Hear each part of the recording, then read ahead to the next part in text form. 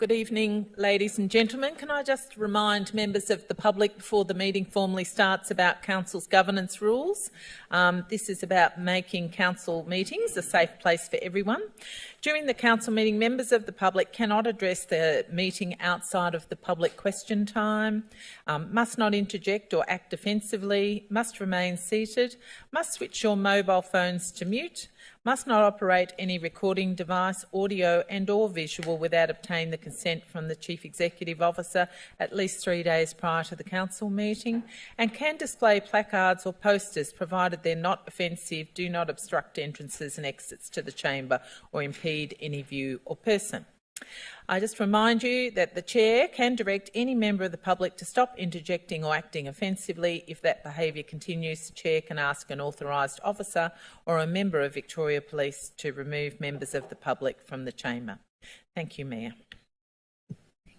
Thank you, and good evening to Council meeting for Monday the 23rd of October 2023.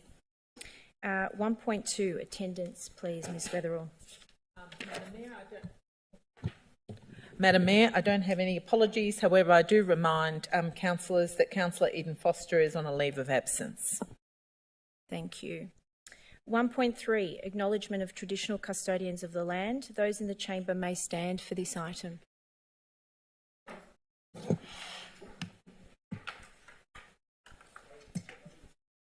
We acknowledge the traditional custodians of this land, the Bunurong people, and pay respect to their elders past and present. We recognise and respect their continuing connections to climate, culture, country and waters, and we also pay our respect and acknowledge all Aboriginal and Torres Strait Islander peoples and their elders present here today in acknowledging their journey. And for item 1.4, offering of prayer, reflection or affirmation.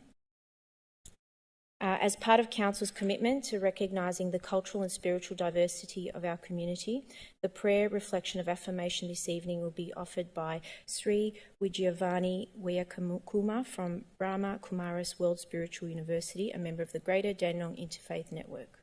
And they haven't arrived, so we might ask Councillor Garrard to do a reflection for us. Okay, thank you.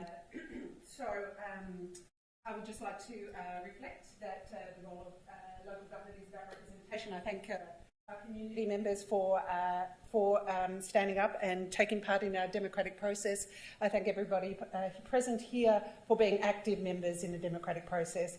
And I wish I'd given you warnings. And I wish I'd been given warning that I was doing that. So I think we'll leave it at that. Very good. Thank you, Councillor Garrard. Please sit.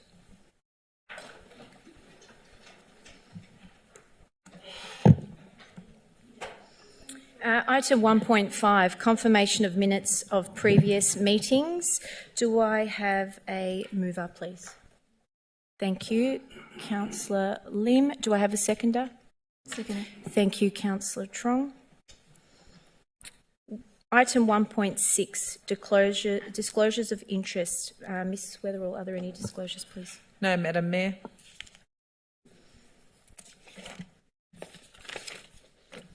Thank you.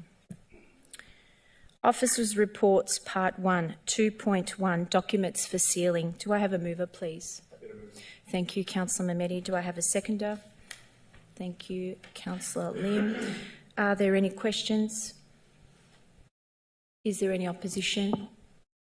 The item is carried. Madam Mayor, if I could have a brief minute. Sure. I'd like to congratulate Mr Michael Smith from the Business Engineering and Major Projects team for 40 years of service to the City of Greater Dandenong.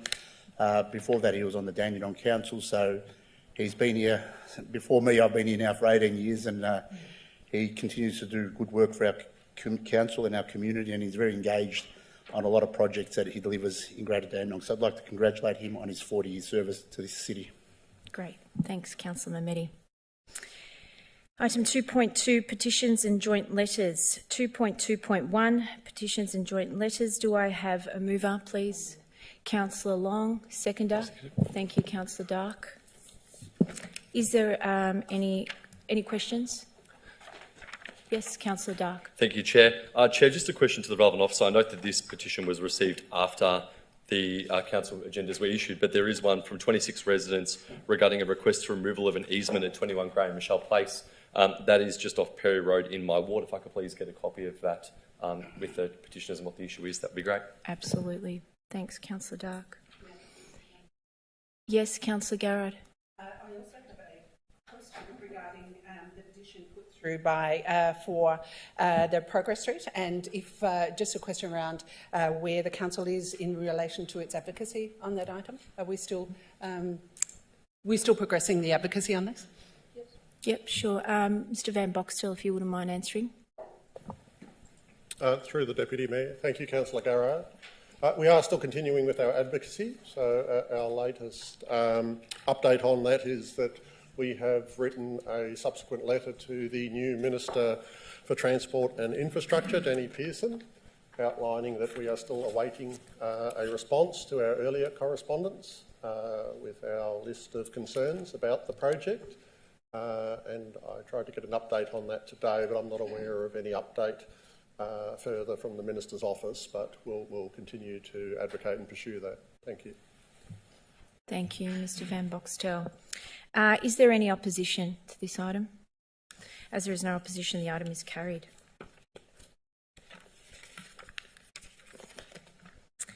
Item 2.3, statutory planning applications. 2.3.1, planning decisions issued by Planning Minister's Delegate, September 2023. Thank you, Councillor Mehmeti. Do I have a seconder? Thank you, Councillor Lim. Are there any questions? Is there any opposition? The item is carried.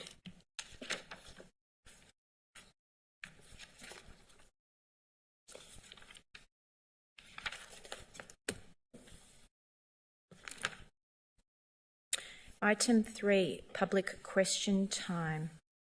Have I missed one? Oh, sorry. Oh, sorry. So item 2.3.2, planning delegated decisions issued September 2023. Do I have Happy to move. mover? Thank you, Councillor Long. Seconder? Councillor Mehmeti. Thank you, Councillor Mehmeti.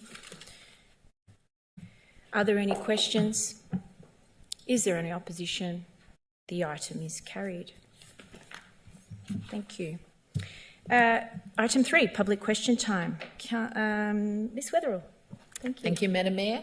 Our first question is from Isabella Doe of Springvale. If she would like to come up to the microphone, please, and read out her 3 questions. Hi everyone. So my first question is a bit of a 3-pronged one. In 2020, Greater Dandenong Council committed to being a net zero emission council by 2025. Can I ask what were Council's operational carbon emissions at the time that target was endorsed in 2020? Following that, what are Council's operational emissions now? And how will Council achieve the required emission cuts or offsets to achieve this target by 2025? If this target is not expected to be reached in 2025, what year does Council expect this target to be met? Thank you. If I could ask Mr Bosman to respond. Thanks. Madam Deputy Mayor, thank you, and to Isabella. At the time of the adoption of the Greater Dandenong Climate Emergency Strategy in August of 2020, Council's operational emissions for the period of 1 July 2019 to 30 June 2020 for that year were approximately 21,537 tonnes. In terms of current emissions, the most recently available data is for the financial year 2021 to 2022, when Council's operational emissions were approximately 3,694 tonnes, which is a significant reduction on the 2019-2020 figures. As mentioned at the previous Council meeting on Monday, the 2nd of October, a consultant is currently compiling energy consumption and emission data for 22-23 financial year, and this will be made publicly available in due course. And finally, with regard to meeting the net zero emissions target, Council has achieved this for its electricity usage through power purchasing agreements which source 100% renewable electricity. The remaining emissions primarily relate to gas infrastructure, with a small amount from water, sewerage and fleet. Council is already in the process of transitioning away from gas. However, timing to transition all of our gas infrastructure to renewable electricity will be dependent on the availability of both internal and external funding. And I might add, at this stage, we're very confident that we will hit our target dates and not go beyond them. In fact, I'm hoping that we'll be able to get there ahead of our target dates. Fantastic. Thank you, Madam Deputy Mayor. Sorry, Ms Doe, that actually involves your 3 questions. Your other 2 questions on climate emergency strategy end up being question 4 and 5, so we'll have to take those on notice based on time because we've got a lot of people here today. Thank you. Thank you. Thanks, Ms Doe. Our next question, and I'm putting them in the order of people who are in attendance, Madam Mayor, is young Jacob. If he would like to come up, please, and perhaps, Kevin, you can help move the microphone for young Jacob. Hi. So I would like to ask about dog bone eating. So I've been going around my street, walking around, taking my dog, and there's been people dumping bones, and I haven't really been liking it because I don't know if it's poisonous or anything. So, like, if I could ask if people could be aware of bone eating, for, like, I don't want, like, my dog to get, like, sick or anything. I want her to be healthy. I don't want, like, people leave all bones out. Yeah, thank you, Madam Mayor, and thank you, Jacob. That's a very good question. We would be concerned about dog baiting in particular, and some people have been known in other municipalities to bait dogs. Yeah. So I might ask Mr Bosman if he has anything extra to add to that. Thank you, Madam Deputy Mayor and CEO Jackie.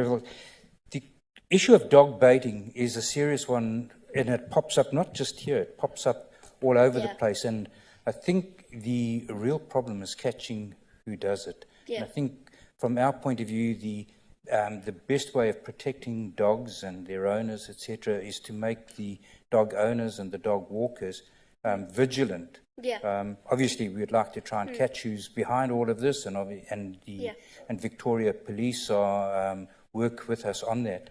Yeah. But the main thing that we can do is help bring awareness to people when they're walking their dogs, what to be looking out for, to make sure their dogs don't eat what they're not supposed to eat. I know that when I walk my dog, it's not allowed to eat anything that I don't give it. And you know, sometimes that's a bit difficult. But it's about raising awareness by the dog owners of what to look out for. And as soon as anything is happening, if there's a suspicion, maybe if you walk the dog and the dog gets sick, and there might be a suspicion that it might be baiting or something, alert us, alert the council animal rangers, and then, you know, we would be able to then look into that, go out, have our... And we've done that. We've been out in the parks. We've had a look to see. Often, unfortunately, it's not... When I say unfortunately, it's unfortunate that the animal gets sick, the dog gets sick. But fortunately, the majority of cases, it's when it's eaten rotten food that's been left out, or other dead animals, possums, etc. But it's about being vigilant and not letting the dog eat what it shouldn't do. It would be very sad. Thank you. Thank you. Thanks for your question, Jacob. That's fantastic. I wish more of our youth would come in and ask questions. It's excellent. Thank you, Madam Mayor. And our next question, we have 3 questions from Mr Dominic Bakari, who I understand is in the chamber this evening. If he would like to come up to the microphone, please.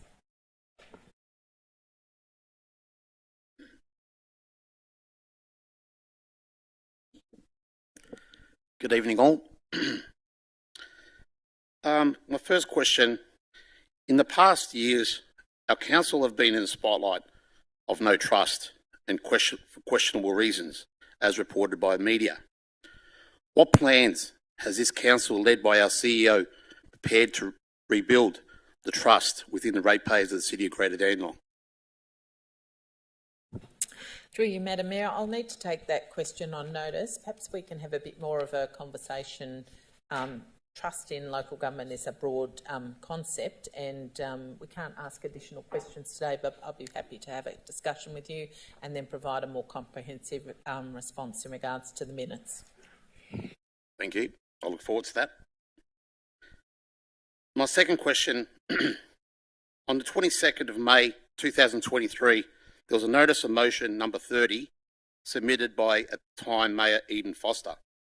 Proposed support for the yes vote for a voice to Parliament, and seconded by the at the time councillor, which is still current, Rhonda Garrard.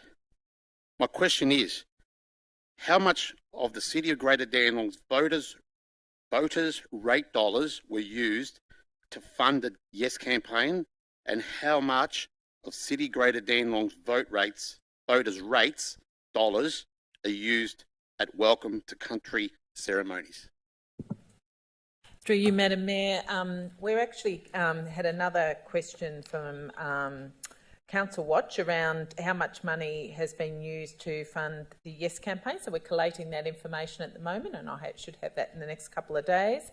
And in regards to how much money has been used for Welcome to Country ceremonies for this financial year, I'll be happy to collate that and put that on the public record. Thank you. Look forward to that one too. My third question, my final question. The Australian referendum was conducted using a democratic process on October the 14th, 2023. Using data obtained by the Australian Electoral Commission, the majority of the voters of the City of Greater Dandenong voted no to the voice for Parliament. Last week, the City of Greater Dandenong came out making a public statement using social media, asking the community of the City of Greater Dandenong to show compassion, kindness to the oldest living culture in the world. The City of Greater Dandenong residents and all Australians need to show compassion and kindness to all cultures. So my question is, when will our council unite all communities as one community? And our council needs to stop focusing on political votes for certain political parties. When will we see unity? Through you, Madam Mayor, I think that's difficult for the Chief Executive to answer. I think that's a question for individual councillors. Who represents the council? We want a united question answer.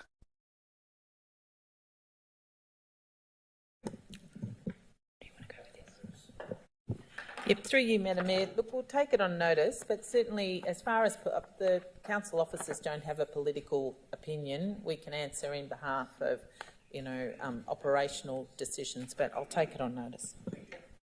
Thank you.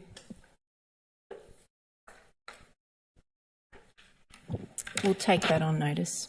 Thank Mr. you, Madam Bakari. Mayor. Now, our next question is from Sylvia Mastrogiovanni of Dandenong, who unfortunately couldn't be here tonight, and it concerns Dandenong Community Hub. In relation to the Dandenong Community Hub project, Council decided at a council meeting in April this year that, and I quote, using option 2 as the base concept design, that a co-design approach be used to finalise the concept design prior to the 30th of October 23, using feedback from the November 22 consultation. There is an information session this Thursday. I can't attend for family reasons, so I ask the following questions tonight. Question 1, in what month are the actual co-design workshops with residents to finalise the concept design going to take place? Question 2, in what month is the concept design, which was meant to be finalised this month, actually going to be finalised? And question 3, when is the roadmap for this project and information about the co-design methods to be used going to be put on the website? Can I ask our Director of Community Strengthening, Ms Gillies, to respond, please? Through you, Deputy Mayor, and thank you very much, Sylvia, for your question. That's absolutely correct. There is an information session that has been scheduled for this Thursday. However, upon review of the proposed agenda for that session, we actually have an item of urgent business on Council's agenda this evening, asking Council to consider allowing additional time to ensure the intended co-design process can be employed as part of finalising the concept plans for Dandenong Community Hub. We're proposing the finalisation date be moved to February 2024, giving us enough time to work together to map out how we can best achieve our collective and desired outcomes. Should Council approve this extension request this evening, we will actually cancel the information session that was scheduled for this Thursday, and we'll work with the architect and all stakeholders to confirm next steps and a timeframe that will enable us to meet the revised deadline of February 2024. Thank you. Thank you, Madam Mayor. I must apologise to Ms Mastrogiovanni in the sense I didn't read quite the last little section of her question. After those three questions, she just mentioned co-design is the approach Council endorsed for this project in April this year to finalise the concept design, refers to a participatory approach to designing solutions in which community members are treated as equal collaborators with Council staff and the architect in the design process. By the way, if I sound frustrated, it's because the need for a Dandenong Community Hub was identified 16 years ago. So, Madam Mayor, Ms Gillies' questions answered that. I just want to clarify that. I apologise, I didn't read it out earlier. Our next question is from Vicky Green of Dandenong, concerns heatwave preparedness.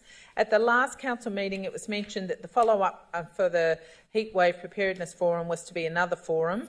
Whilst another forum is great, the downside of such forums is that they are often attended by those with strong interests that have heard the forum is on, have the time availability and some knowledge about the topic. What is Greater Dandenong's approach to educate the thousands of other Greater Dandenong residents who do not attend such forums but may be the most vulnerable? Can I ask Ms Gillies to respond, please? Through you, Deputy Mayor, and thank you, Vicky, for your question.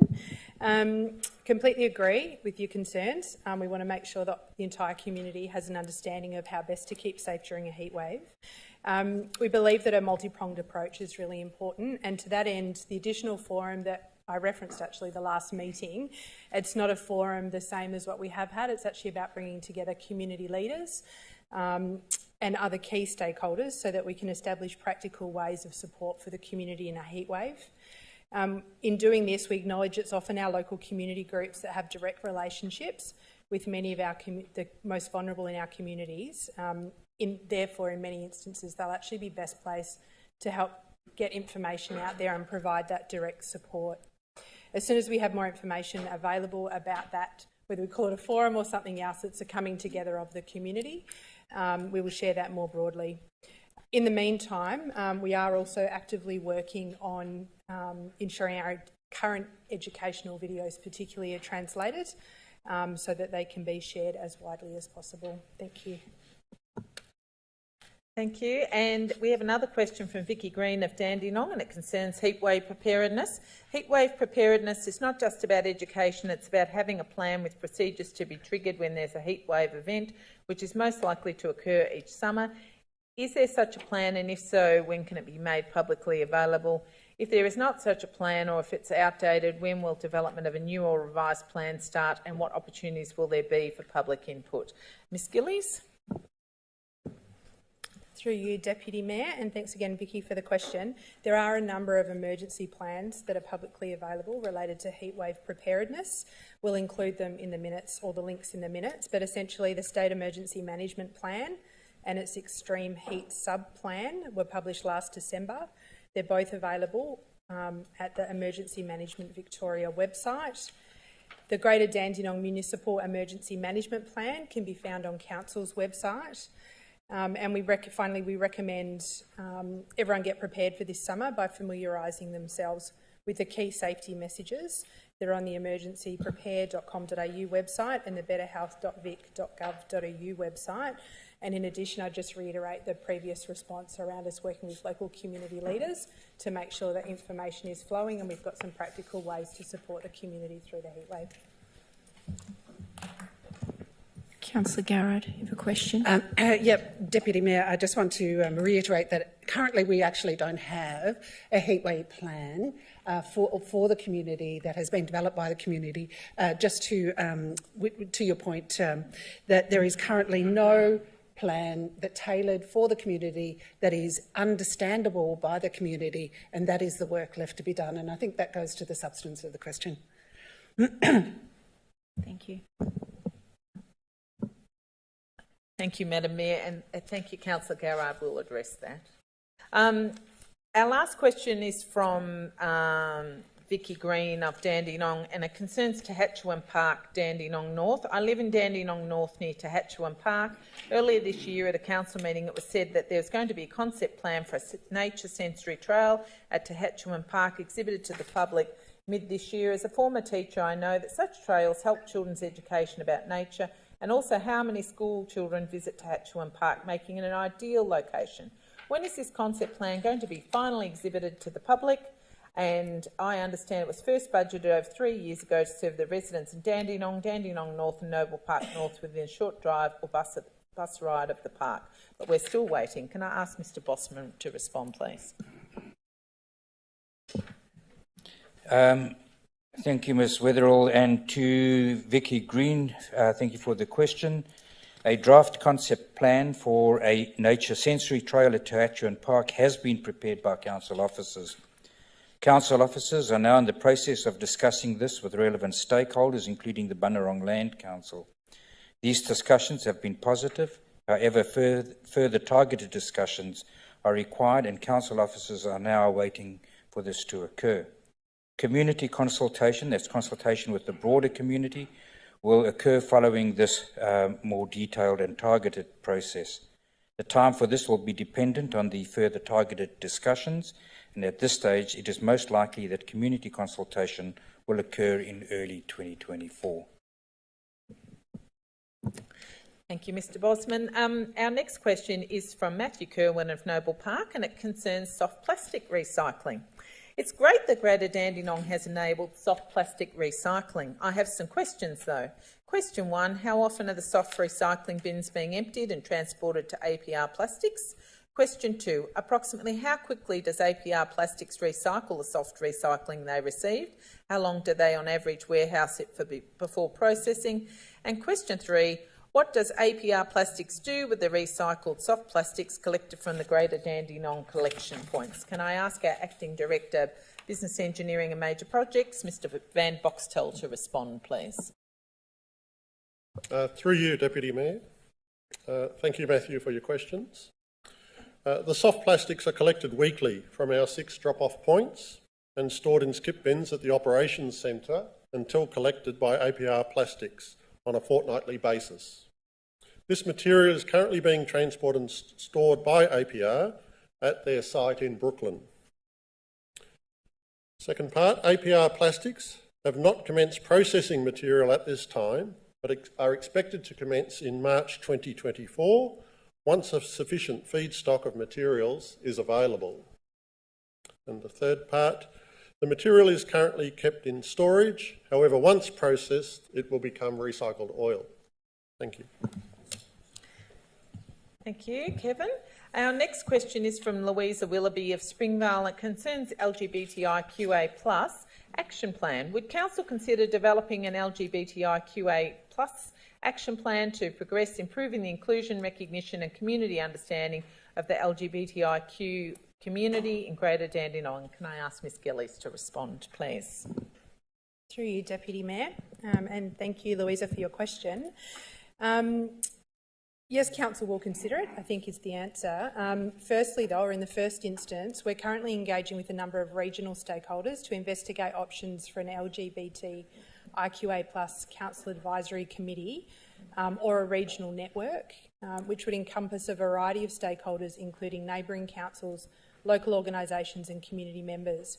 Once community support for a governing body is identified, an action plan may be considered, and as an initial action by a newly formed body.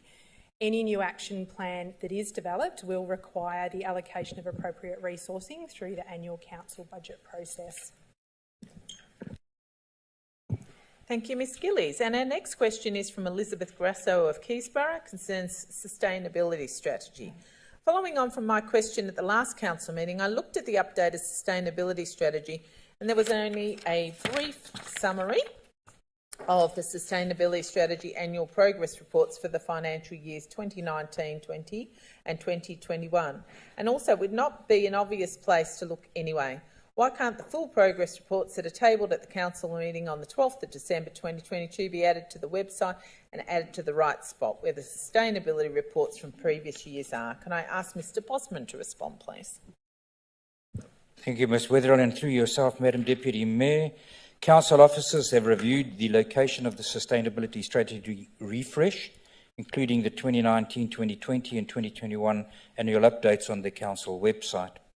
To assist members of the public in locating these documents, we've updated the website to now include them on both the Sustainability Strategy page as well as the annual Sustainability Report page of the website. Thank you, Madam Deputy Mayor. Thank you, Mr Bosman. And we have another question from Elizabeth Grasso of Keysborough concerning tree protection local law. When will the tree protection local law be gazetted and operational? Can I ask Mr Bosman to respond, please?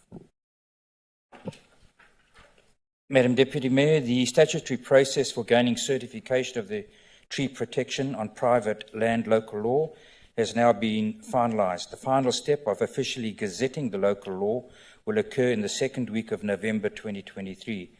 At that time, the local law will then be in force. Thank you, Madam Deputy Mayor. And Deputy Mayor, Ms Grasso had another question concerning McDonald's Nova Park, but it was a repeat of a question she asked at the last meeting, so we won't be reading that out, but we will put it in the minutes. Our next question from Elizabeth Grasso concerns the McDonald's in Noble Park North in Eleanor Road. Why wasn't a planning permit required to remove the trees, and what trees are required to be planted in their place? Can I ask Mr Bosman to respond, please? Madam Deputy Mayor, the trees removed were from the southeast corner of the site on the edge of the drive-through entry, and as noted in a previous council meeting, these did not require a planning approval for their removal. However, there has been there is a requirement on the approved planning permit for additional planting, new vegetation and additional planting to be put in. It's not offset planting, it's just a requirement for additional planting, and that is now a condition that will be enforced, that will be checked and enforced via the planning permit conditions. Thank you. Thank you, Mr Bosman. Our next question is from Kim Handley of Clyde, concerns Dandenong Market. I started going to Dandenong Market in the 1980s, and I went on Saturday. I was shocked at how many empty stalls were there. The bazaar was 25% empty, and I asked a store owner who said the council has rented the market out and has been getting worse.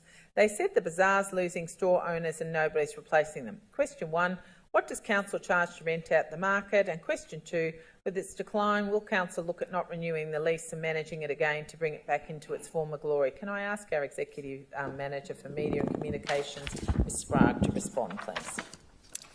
Through you, Deputy Mayor. Thank you, Ms Handley, for that question. Dandenong Market is still owned by Greater Dandenong City Council and is operated by Dandenong Market Proprietary Limited as an independent expert board and executive team. DMPL is charged with the responsibility of operating the market in a commercially viable way and returning surplus funds to council. The market's occupancy rate is over 97%, which is extremely strong given the current retail conditions and compared to many retail precincts across Melbourne. Visitation numbers continue to increase, with over 400,000 people attending Dandenong Market each month.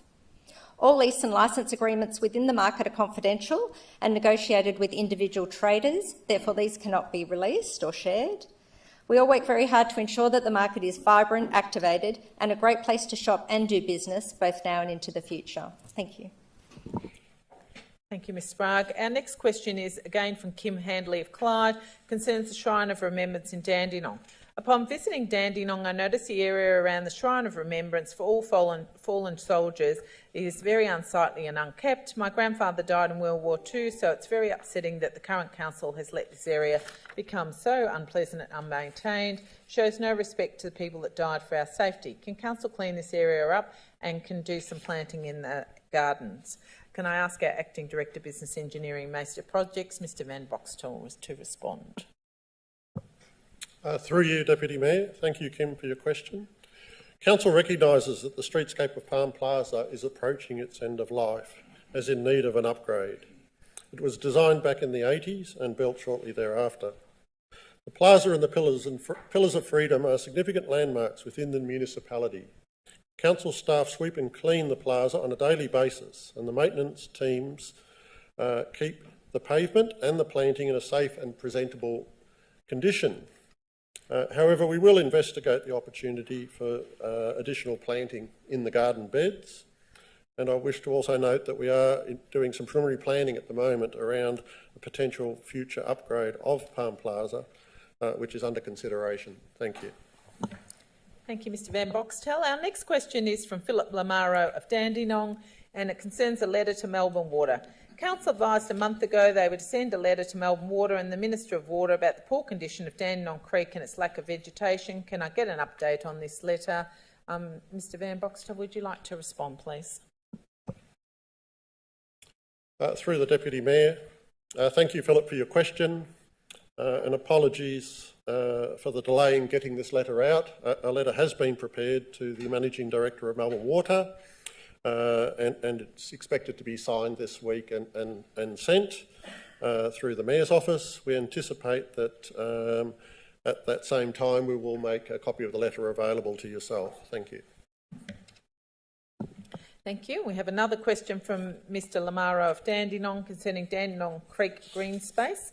I asked a month ago about residents fencing off public green space land along Dandenong Creek for their own financial and personal benefit, with one resident installing barbed wire on public parkland.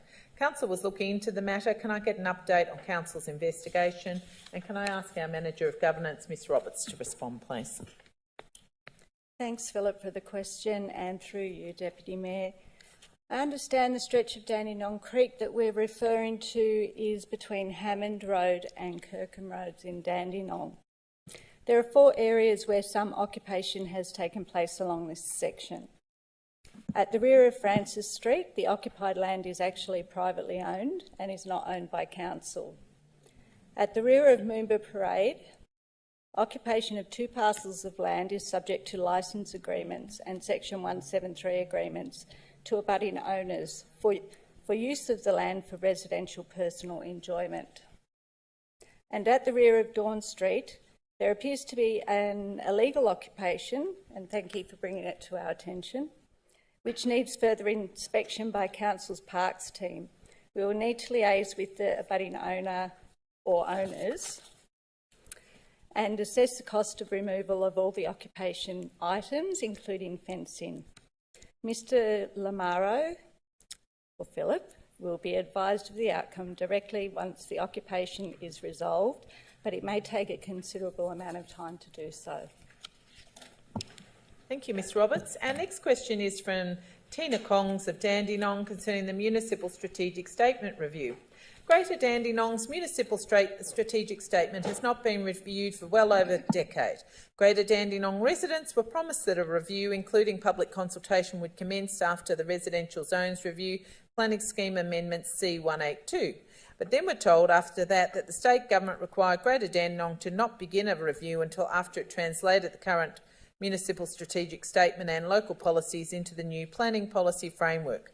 According to the state government website, this has now occurred, so when will Greater Dandenong residents get their long-awaited Municipal Strategic Statement review with consultation? Can I ask Mr Bosman to provide an update, please? Madam Mayor, thank you. Deputy Mayor, thank you through yourself to Tina Kongwas. Council officers have been working with the state government since 2018 in regards to the translation of the planning scheme into the new planning policy framework. It's unfortunate that these delays have not been in the control or under the control of council officers. While council officers have received some information from the state government regarding the translation for Greater Dandenong, we are still awaiting a final version. As such, the PPF is yet to be finalised for council, and in terms of timeframes for this to be completed, officers are hoping this will occur shortly. However, it is dependent on the state government. Council officers have also double-checked the state government website for the PPF, and this advises that Greater Dandenong's PPF translation is in fact still in progress. In terms of the MSS update, as previously advised, the state government will not allow this to occur until the PPF has been finalised. However, officers have been undertaking initial work on this while we await for the PPF. Thank you, Madam Deputy Mayor. Thank you, Mr Bosman. And our last question from Ms Tina Prongs, sorry, I've still got more questions after that, is concerns Capital Alliance project. What's the current status of the Capital Alliance project, and specifically when will the development plan for stage 1 be consulted on with the public? Can I ask Mr Van Bos to provide an update? Through you, Deputy Mayor. Thank you, Tina, for your question. Capital Alliance submitted a planning scheme amendment application to the Minister for Planning earlier this year to apply a development plan overlay and subsequent development plan to the land associated with their master plan, which was the subject of community consultation in 2022. This application is currently under assessment by the Department of Transport and Planning. Thank you. Thank you, Mr Van Boxtel. Our next question is from Gay Guest of Keysborough and concerns the tree protection local law. As Council's aware, we lost 2 significant trees in Ambury Crescent, Noble Park last week. An established home and mature garden was able to be bladed without a permit after being purchased in March 23. Will our new local law, tree law, protect trees of this stature moving forward and be enforceable? Will developers be severely punished if they breach this law after November 1 and have their rights to develop removed? This was a loss to our local government and our community, and our tree canopy cover total and should not be tolerated even now. This developer needs the book thrown at him now, and this blatant disregard needs to be cancelled and called out. Name and shame, as our planning laws are too wishy-washy. Can I ask Mr Bosman to respond, please? Madam Deputy Mayor, through yourself to Gay Guest. Yes, our new local tree law, tree protection local law, is designed to deal with matters such as this. If they have the trigger in terms of diameter of trunk size, then this is certainly a situation or an example of a situation where it will apply. The statutory process for gaining certification for the tree protection on private land local law has now been finalised. The final step of officially gazetting the local law will occur in the second week of November 2023, as I mentioned earlier, and at that time the local law will then be in force. All matters of non-compliance with the local law regarding protected trees on private land will be investigated and certainly will be enforced as per the local law specifications. Thank you. Yes, Councillor Garrett. Can I have clarification on the fact that if an existing planning application the trees were covered by that, then in fact the local law would not protect those trees, which I understand in this case was the case. Thank you, Mr Bosman. Are you happy to answer that? Yes, certainly, Councillor Garrett. There's, I suppose, a technicality here from the point of view is that only once a planning permit is issued, and that permit allows for the removal of the tree, does the local law not apply. If they jump the gun ahead of the approval of a permit or the issuing of a permit, then they would be still subject, in my view, to the local law. The fact that they've applied for one doesn't presume that a permit will be issued. They might apply for one, and through the process of assessing that application, we might refuse the permit, the planning permit, in which case they would have removed a tree and, without ultimately ending up with a permit that allows for it. Or even if a permit has been issued, there might be a requirement within the assessment of that permit and the issuing of that permit, a condition which requires those trees to be retained and the design to be, the plans to be approved accordingly. So until such time as the planning permit is issued and that planning permit allows for the tree to be removed, the local law applies. Thank you, Madam Deputy Mayor. Just further clarification. Thanks, Mr. Bosman. Further clarification that it does explicitly state in the local law that you do have the right to refuse a permit on those grounds. Can you confirm that? Mr Bosman. It does. It does. Yes. You do have a right to refuse it in the local law? That the planning department has the right to refuse the planning application if they preempt that application and chop down the trees? Yes, that is a provision within the local law. So yes, I can confirm that. Thank you, Mr. Bosman. Ms. Weatherill. Thank you, Deputy Mayor.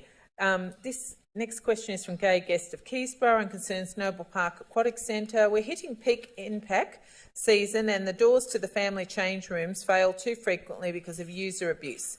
The lack of signage has been a bone of contention throughout all the management cycles, and just recently $6,000 was spent on one working mechanism only to have it fail within days and not covered by council and possible recall for maintenance. This dressing room was out of action for 6 months since school carnivals. 2 dressing rooms were out of action at the same time last week. Both have failed almost overnight when these were set aside for special needs users and are abused by the public. Why have these doors not been replaced with a suitable lock to manage wear and tear? Why isn't there appropriate signage as people push the doors instead of the operating button and people do not realise they're on a timer to close and open? If we're in for a heat wave, these doors need to be made foolproof. The cost of repair is inhibitive and when they fail so frequently.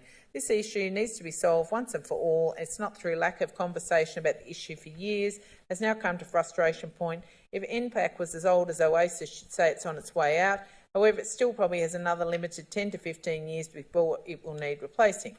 Can all these user issues be looked at, especially the varying water temperatures, because all the issues explained to me, backwashing, heater turned down when water supposedly reaches its maximum temperature, too much chlorine, burnt out UV lamp, etc.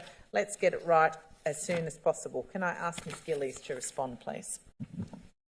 Through you, Deputy Mayor, and thank you very much, Gay.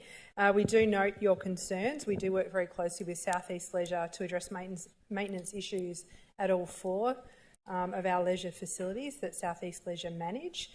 We've passed these concerns on to South East Leisure and they will certainly follow up and respond directly to Gay as soon as possible to explain the issues and, again, the variations in the water temperature. Thank you.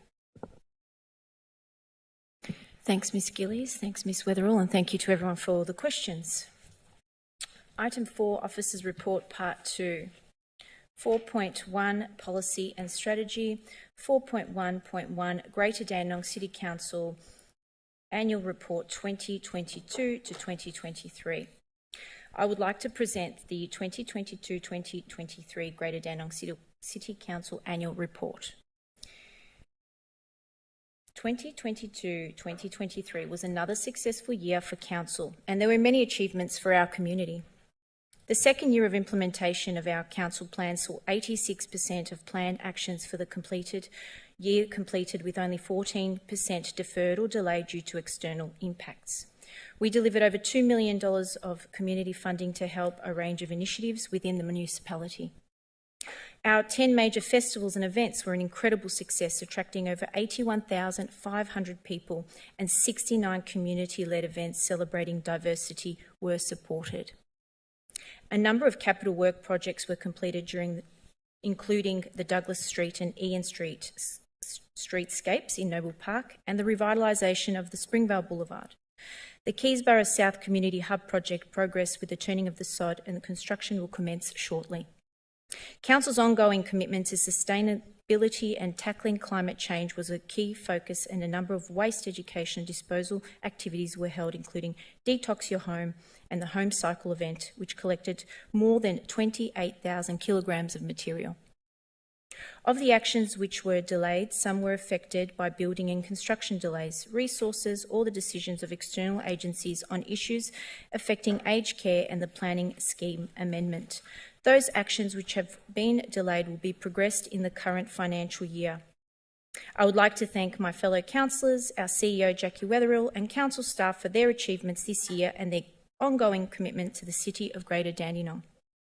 The annual report will be available from tomorrow on Council's website for our community to read more about our 2022-2023 achievements and the work Council has been undertaking. Is there a mover, please? Councillor Garrard, and a seconder? Seconder. Thank you, Councillor Tan. Are there any questions? Thank you, Deputy Mayor. Yes, Councillor My Mamedi. first question is, I know we don't do this, but the community has asked me to find out which projects go over price, over budget and on extra time. How can we be responsible and maybe put that in the next year's paperwork so people can actually know? Like, I know that Springvale Boulevard was $900,000 over budget, many months overdue. I know the Ross Reserve Park, the pavilion, the soccer pitch was 1 year and 2 months overdue. I know other projects that have gone overdue and cost the council money. I get hassled by community members all the time asking me these kind of questions. And how can we give these appropriate answers back to the community? Would that be suitable to put in a report like this? Thanks. Councillor Mehmedi will ask Ms Weatherall to answer that. Thanks, Deputy Mayor, and thank you, Councillor Mehmedi, for your question. I think it's a really good question. We're developing a new quarterly report which will come out to the next meeting, and that certainly is going to outline around capital projects and progress. And in due course, I'm happy to incorporate that in next year's annual report as well. So it's a good question. Thank you. Thank you very much, Ms Weatherall. And I think having accountability and transparency is what the community want. And there's people all over the councils all around Victoria now want to make sure that their council is accountable.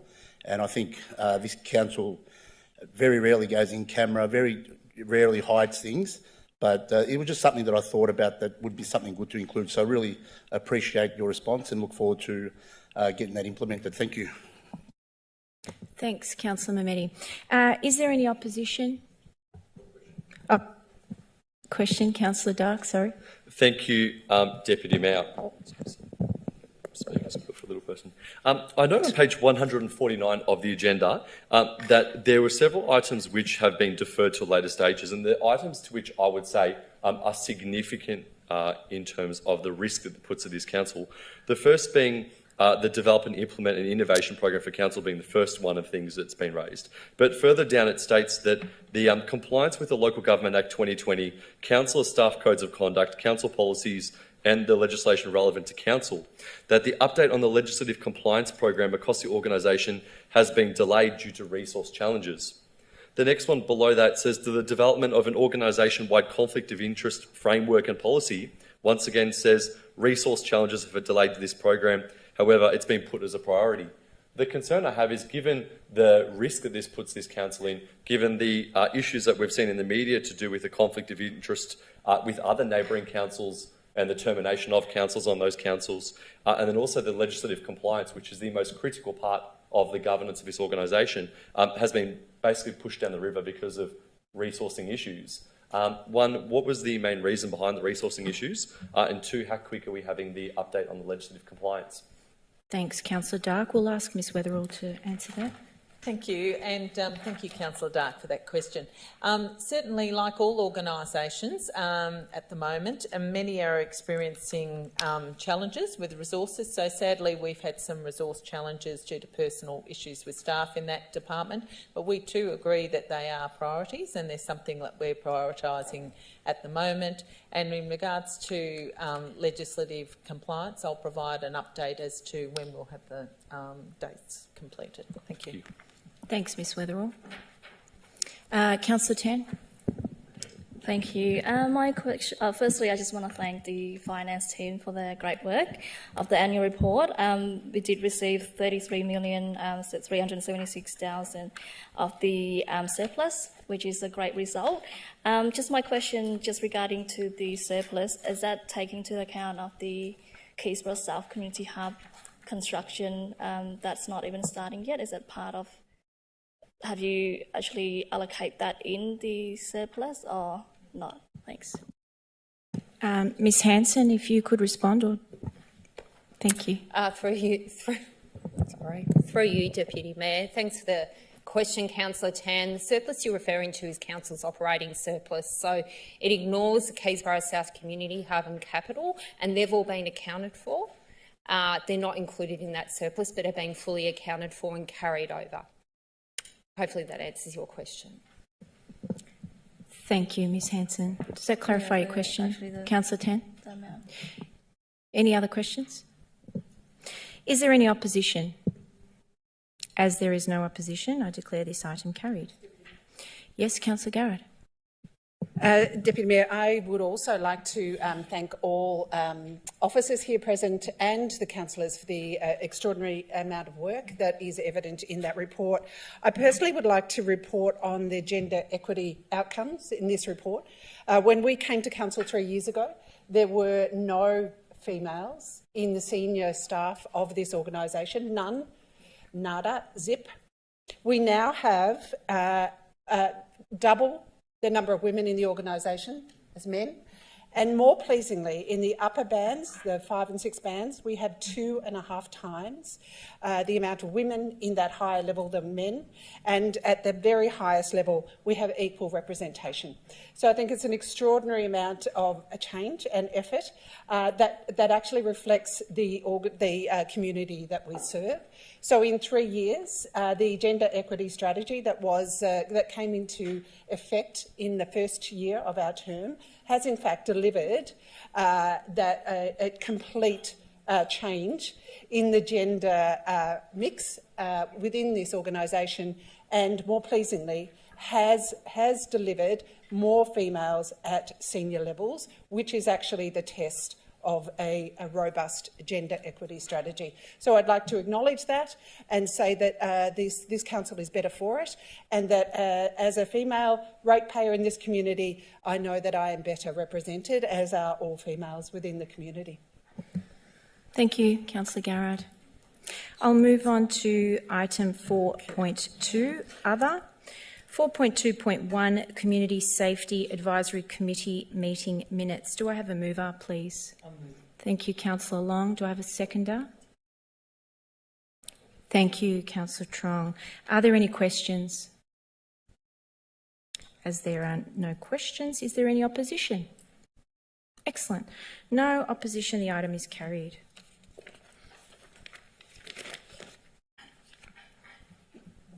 Item 4.2.2, Audit and Risk Committee Activity Report Biannual and Appointment of Chair. Do I have a mover, please? Councillor Garrard. Is there a seconder? Councillor Long, thank you. Are there any questions? Is there any opposition? I indicate opposition, Acting Chair. Thank you, Councillor Dark. Councillor Garrard. As the mover, could you speak to the item, please? Thank you. I thank Councillor Dark for giving me the opportunity actually to speak to the work of the Audit and Risk Committee, which has in fact been outstanding throughout the year. And this report shows that it's a robust process, and it has in fact been strengthened considerably this year. I am on the Audit and Risk Committee as our on-leave mayor has been, and we have observed not only the robust process, but actually issues that have been picked up by the Audit Committee, issues of concern that have been picked up and raised at the right level, and that the risk management process has kicked in as it should to ensure that the operation of this organisation is compliant with not only our policies but also the governance processes that we are subject to. So I wish to really congratulate the committee for their work. I particularly like to congratulate Mr Jeff Harvey, the chair, who has just been reappointed, but also the other auditors who have done such an extraordinary job this year, but also the internal auditors that have recently changed, that have also done an extraordinary job in the forensic analysis of the risks within this organisation and the compliance, and where we have fallen short, and have negotiated remedies to fix those issues. So I think thank you for the opportunity of allowing me to speak to the work of the committee, and I personally have been very proud to be part of that process. Thank you, Councillor Garrard. Second speaker, Councillor Long. I don't think I could add much more to that, but I do congratulate the Audit Committee for their extreme dedication to our city, and also wish Jeff Harry, I got it round the wrong way. Congratulations for being re-elected as chair. Thank you. Thank you, Councillor Long. As first opposition, Councillor Dark. Thank you, Deputy Mayor. Deputy Mayor, I rise to oppose this item in two parts, and the items unfortunately being condensed together. The report itself I have no issues with in terms of the work that the Audit Advisory Committee has done, particularly in the terms of the auditing of all the excessive workload that it's had, and I know I've seen some good commentary from the other directors in there. The issue I have is with item number 2, and that is Mr Jeff Harry and his reappointment as chairperson of the Audit Advisory and Risk Committee in his capacity on board the organisation. I note that Councillor Garrard called him Mr Harvey and Councillor Long can't remember his name. But the issue that I have is that Mr Harry has an extreme amount of positions within audit and risk committees within multiple councils. And since the new Chief Executive Officer was appointed, we have seen that there have been some significant shortfalls which have affected the operations within this organisation. Some issues which are quite extensive and have happened. Mr Harry presented at the council meeting a couple of council meetings ago in the council briefing session capacity, and in my personal opinion left a lot to be desired about what the capacity is of the Audit and Risk Committee.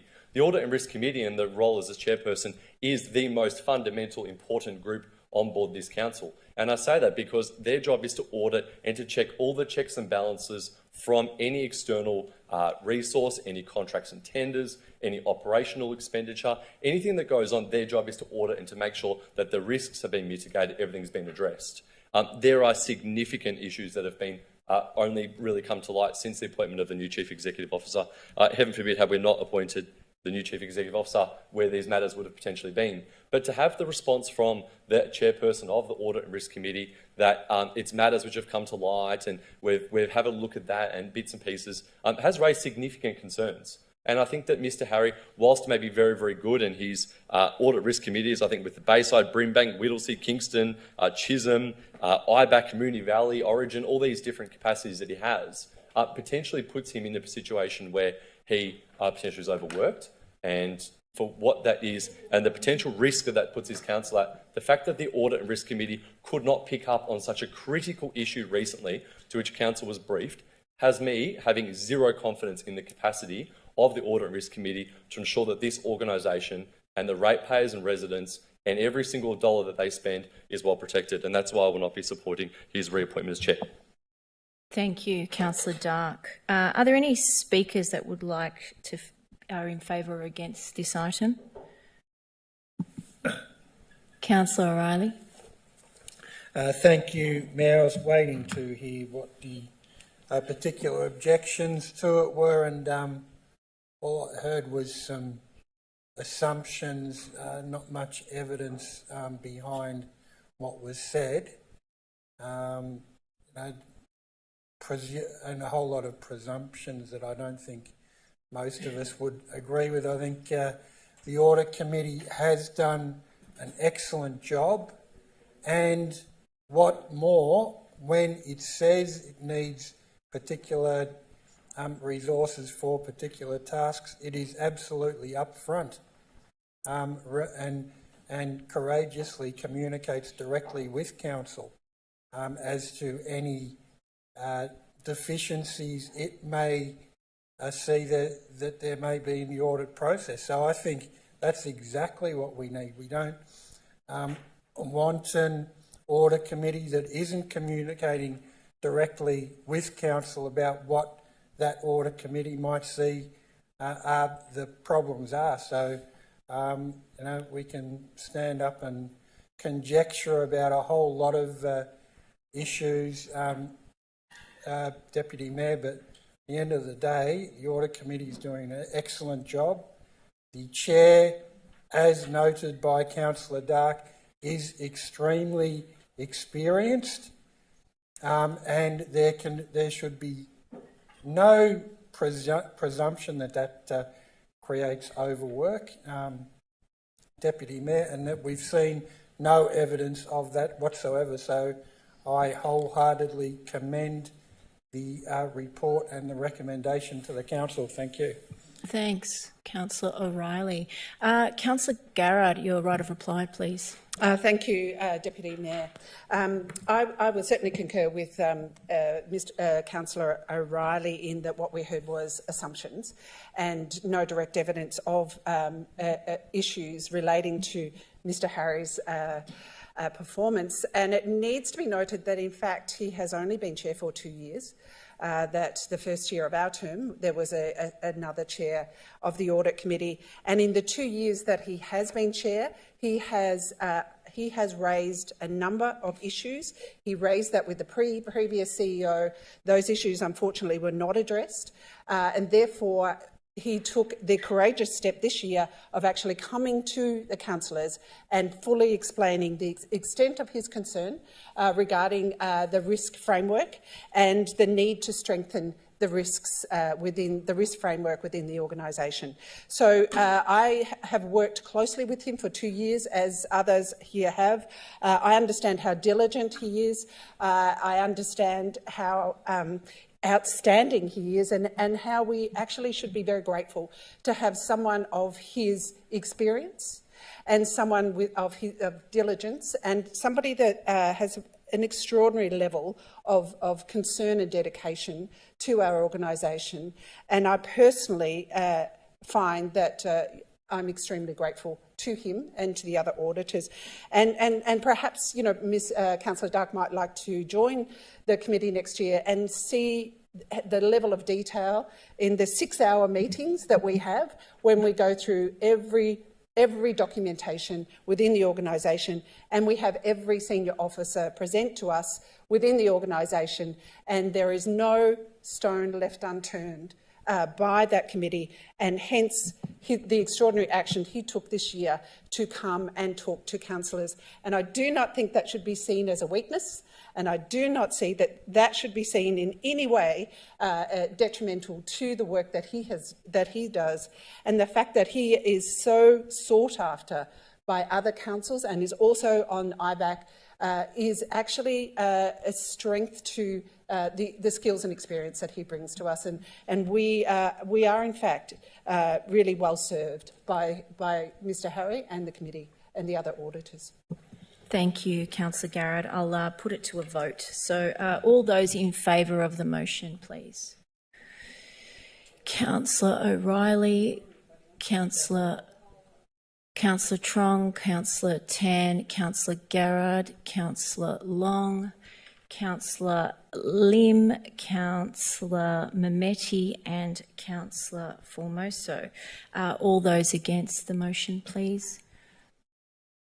Abstaining. Okay. So Councillor Milkovich, abstention, and Councillor Dark in against, so that's 8-1, and the motion is carried.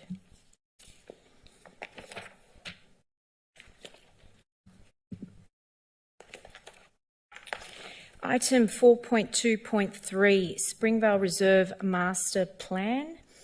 Do I have a mover, please? Councillor O'Reilly. Thank you. Seconder? Councillor Lim. Thank you. Are there any questions? Is there any opposition? Yes, I've got a question. Sure. Councillor Dark, you just stuck in. Thank you, Deputy Mayor. Deputy, my question to the relevant director, given the anchor tenants, the cricket club and the football club, I think cricket club's actually collapsed, but the football club, has the football club, I suppose they've been consulted to a certain point, have they come back and have all of those tenants and all the anchor tenants also come to, I suppose, a satisfactory agreement, or are there still issues of conjecture between the clubs and what is serving them as their master plan? Thank you for the question, Councillor Dark. Mr. Bosman to answer. Thank you. Thank you. Madam Deputy Mayor, Councillor Dark, I believe that all matters that were raised by them and by the other tenants have now been addressed, and I don't believe, as far as I know, that there are any outstanding disputes. Certainly there will be the opportunity for ongoing discussions in the years ahead as the master plan takes shape and is built out. But as far as I know, there are no outstanding disputes between the parties. Thank you, Madam Deputy Mayor. Thank you, Mr. Bosman. Councillor Garrard. Thank you, Deputy Mayor. My question is around the funding of this plan. Is it correct that the master plan has been fully funded but no other parts of the plan? Is it? Thank you, Councillor Garrard. Mr Bosman. Madam Deputy Mayor, thank you. Councillor Garrard, the $2 million grant funding, the funding from the state government, if one has a look at page 291 of the report, the funded projects are outlined there. That is the sports oval lighting, the renewal of the sports oval coaches boxes, the upgrade of the sports pavilion, social room, male, female and accessible toilets, the upgrade of the kitchen and the canteen, 2 netball courts with lighting and supporting infrastructure, and the construction of a new local level playground. But we also have 21 key initiatives that have been identified that have been included within the master plan. So we're looking at beyond what that $2 million can do. And there's a number of those, let's say 21 of those. At this stage, those are not funded and will be the subject of future year budgeting. Thank you, Mr Bosman. Councillor Further Garrard. clarification. So I understand that we're short $3.5 million. Is that correct? And what are our plans, advocacy plans, to address the $3.5 million gap? Thank you, Councillor Garrard. Mr Bosman. Madam Deputy Mayor, we're not short. In fact, all of those projects are fully funded by the $2 million. We're short $100,000. In terms of what's going to be built out in the current financial year, there is no shortfall in terms. Overall, yes, I said going forward, and that will be the subject of future year funding. But in terms of the project work that has been identified under the or the projects that will be done in the 23-24 financial year, they are fully funded except for $100,000. Thank you, Mr Bosman, for that clarification. Are there any questions? No, thank you. Is there any opposition? As there is no opposition, I declare this item carried. Councillor O'Reilly would like to speak to the item. Thank you, Mayor. This master plan, as with other master plans, will be funded forthcoming years, subject to council approval as far as the budget goes. But like we've had with other master plans, Warner Reserve master plan, the idea is that we map out the whole scene that could be funded over 5 years or 10 years, and that way we can do it in stages, Deputy Mayor. But as the Director said, what we have is a kickstart to this master plan, welcome funding from the Victorian Government, upgrade of the sports oval lighting, renewal of the sports oval coaches boxes, upgrade of the sports pavilion social room. I know Councillor Dark has been there and listened to how the club said that they're growing so much that they can't accommodate the people that they have now in the social room. So at least that will assist with newer facilities, but there will be an ongoing potential issue there as far as the size of it. Upgrade of the canteen and kitchen. These clubs, and one club in particular that uses this reserve, is doing extremely well as far as growing its membership. So much so that they have a team of netball players without a court. And that team has had to train in other locations such as Dingley and somewhere else and where else? Keysborough.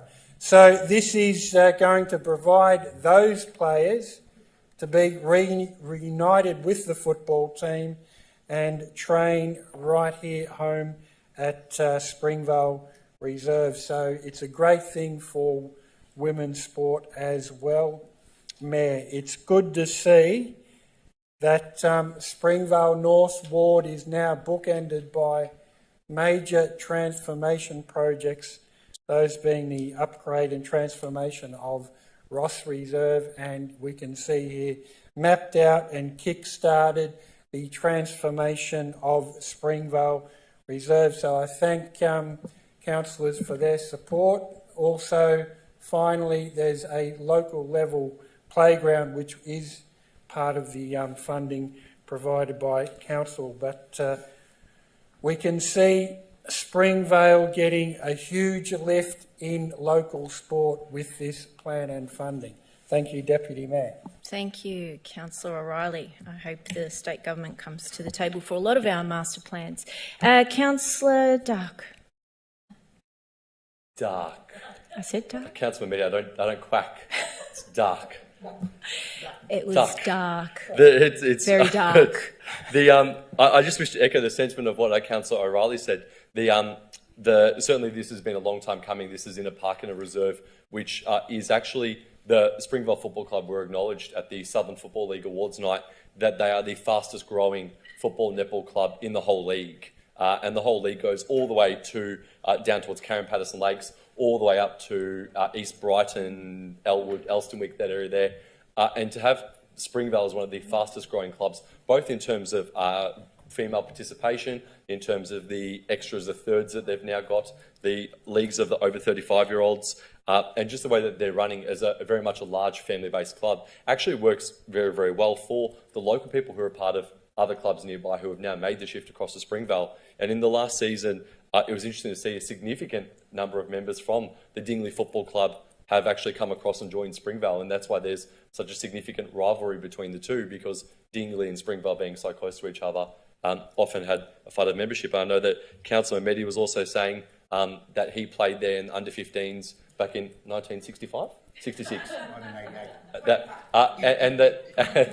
And certainly you can see that this is a ground that has been around for a very, very long time, and to actually get to a stage now where there's a huge amount of injection of funding, a master plan coming, neighbours excited. I know when I was in Springvale on the weekend that one of the people involved with the football club told me there was a ninja park coming, and something like that, when people start talking about it, gets you excited about what's about to come. So I just wish to thank, one, the state government for their $2 million, and second, for the council officers who have worked very, very quickly in getting this master plan off the ground. Thank you, Councillor Dark. Where are we? Item 4.2.4, report on matters discussed at councillor briefing sessions at pre-council meetings. Do I have a mover, please? Thank you, Councillor Mehmeti. Do I seconder? Thank you, Councillor Long. Are there any questions? Is there any opposition? The item is carried. Item 4.2.5, list of registered correspondence to Mayor and councillors. Do I have a mover, please? I move with the question as well. Thank you, Councillor Dark. And seconder? Thank you, Councillor Trong. Your question, Councillor Dark. Thank you, Deputy Mayor. Deputy Mayor, my question is to the relevant officer. I'm aware of this formal complaint regarding the Five Ways Boulevard Keysborough complex, which abuts Springvale Road and Five Ways Boulevard. We've had, myself and Councillor Garrard, a significant amount of correspondence from the chairperson of the Owners Corporation within the complex, and to do with the container deposit recycling scheme.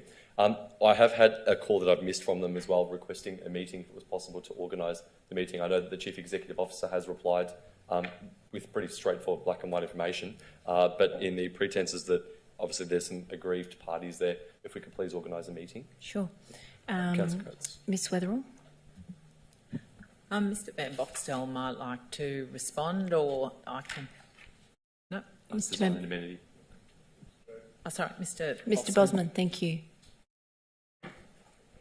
Madam Deputy Mayor, through yourself, Councillor, the nature of, as in the agenda, the nature of the complaint was in fact a request to be refunded the fees paid by the Owners Corporation for the engagement of planning consulting advice and for drawing up the basis of the objection. When the state government gazetted a change to the Victoria planning provisions that then made these facilities exempt from notification and third-party appeal rights. The applicant withdrew the application from council and submitted it as the legislation now makes provision for with the minister, and the Owners Corporation feel that we ought to have been aware of it and has made a claim for the refunding of those fees. We've responded accordingly, and I think the matter is quite clear. We do not refund applicants, objectors, or anybody for the fees incurred by them or the costs incurred by them for the engagement of consultants, whatever consultants they might choose to engage in the process. There has been further correspondence that has been submitted, and we will be dealing with that correspondence in due course. That correspondence, I believe, was received in the course of today. Thank you, Madam Deputy Mr. Mayor. Bosman. Councillor Garrard. Just a further question to this really important issue, the issue that relates actually to the state government removing our democratic rights to oppose planning, which has been eroded without going to Parliament, and by regulation. The state government simply took away third-party rights and the rights of individuals to object to planning. But the issue with this is that it is disadvantaged by due process, because at the point at which they made contracted the planners to provide the report, which clearly showed significant issues for this business to be approved, that law was not in place. So there is an issue of timing here that needs to seriously be looked at, and that these people have been disadvantaged because the state government, without notifying anybody, simply made a change to the planning laws and gave no indication. Therefore, these people who, in good faith, undertook the process that was required with the previous legislation in place, and now disadvantaged by the lack of due process by the state government in not providing any notification, and by taking away our democratic rights to oppose planning permits, which are to the detriment of their businesses, have been completely eroded. And our response is to simply say to them, sorry. So my suggestion is that the council consults with state government representation to see if there is disadvantage by due process, and if in fact there is a way that this request for refunding of money that was done in good faith, in line with the processes that were in place at that time, that there is not provision to reimburse them, because I think it's a reasonable request, and I think that taking away our democratic rights without notice is unreasonable, and this is where we are left. So I would request that the council undertake further consultation to see if, in fact, there is not a valid claim here. For you, Deputy Mayor, we're happy to do that. Thank you. Thank you, Ms Weatherall. Thank you. Councillor Garrard. Yes, Councillor Dark. Thank you. I have a second question. My next question is, the last item is a follow-up email from a Dandenong business regarding unregistered and wrecked cars cluttering Hanley Crescent in the other streets in Dandenong. This is something that I raised, ironically, on the opposite side of Cheltenham Road, in Mills Road, in Sinclair Road, and I was down there on the last week with Councillor Milkovich, where I counted no less than 16 cars without licence plates in pieces, parts on the road, blocking thoroughfares and blocking actually access to the SES depot down Mills Road.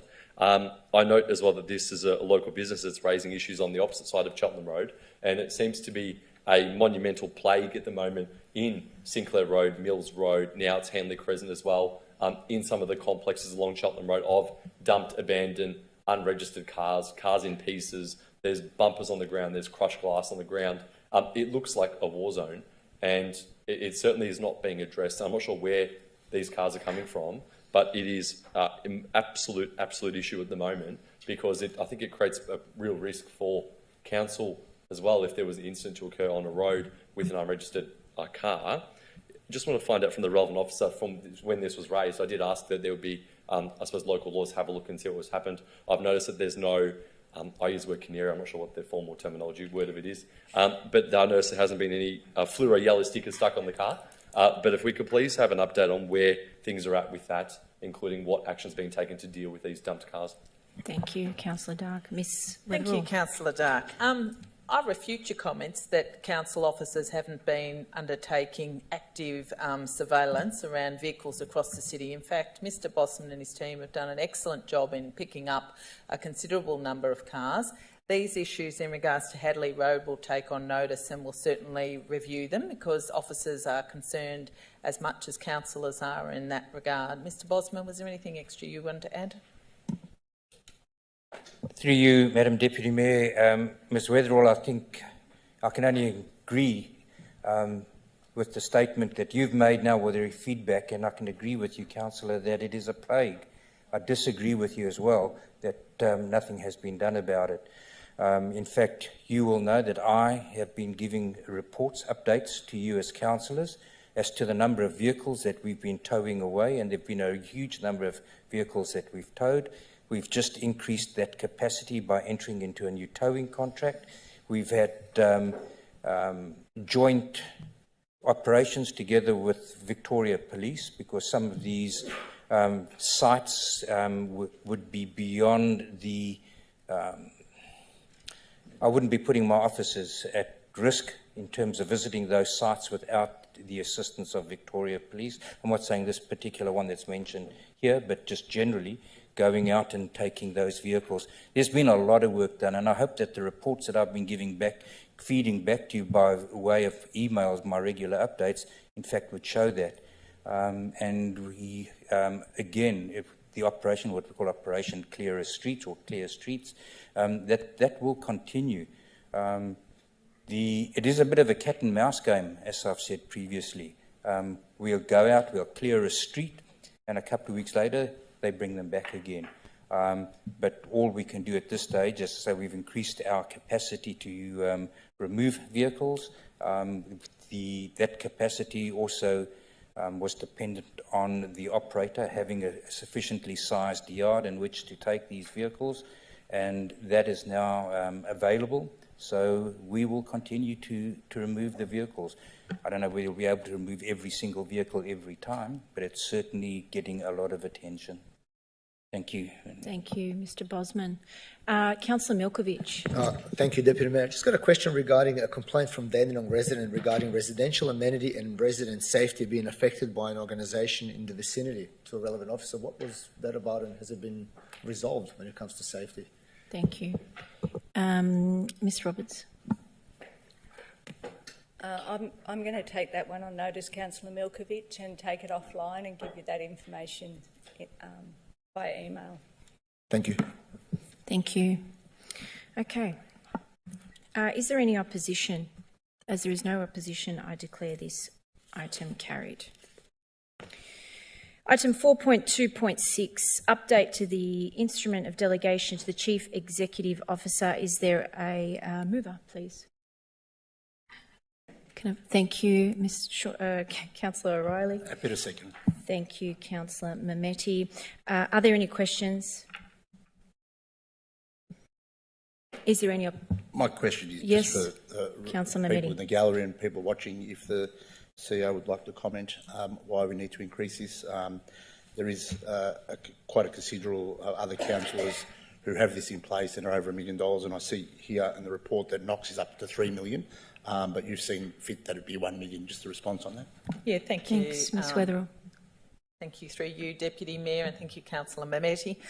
Certainly, as part of our practice of good governance, we've had a look at a range of other councils and what their delegation is to CEO. Currently, at the moment, with the supply chain issues and some of the post-COVID issues, we're finding it hard to get our contracts going fast enough sometimes when we've got to bring items to council. So we think it's wise to be able to have the CEO to have a contemporary amount, and this is at the lower end.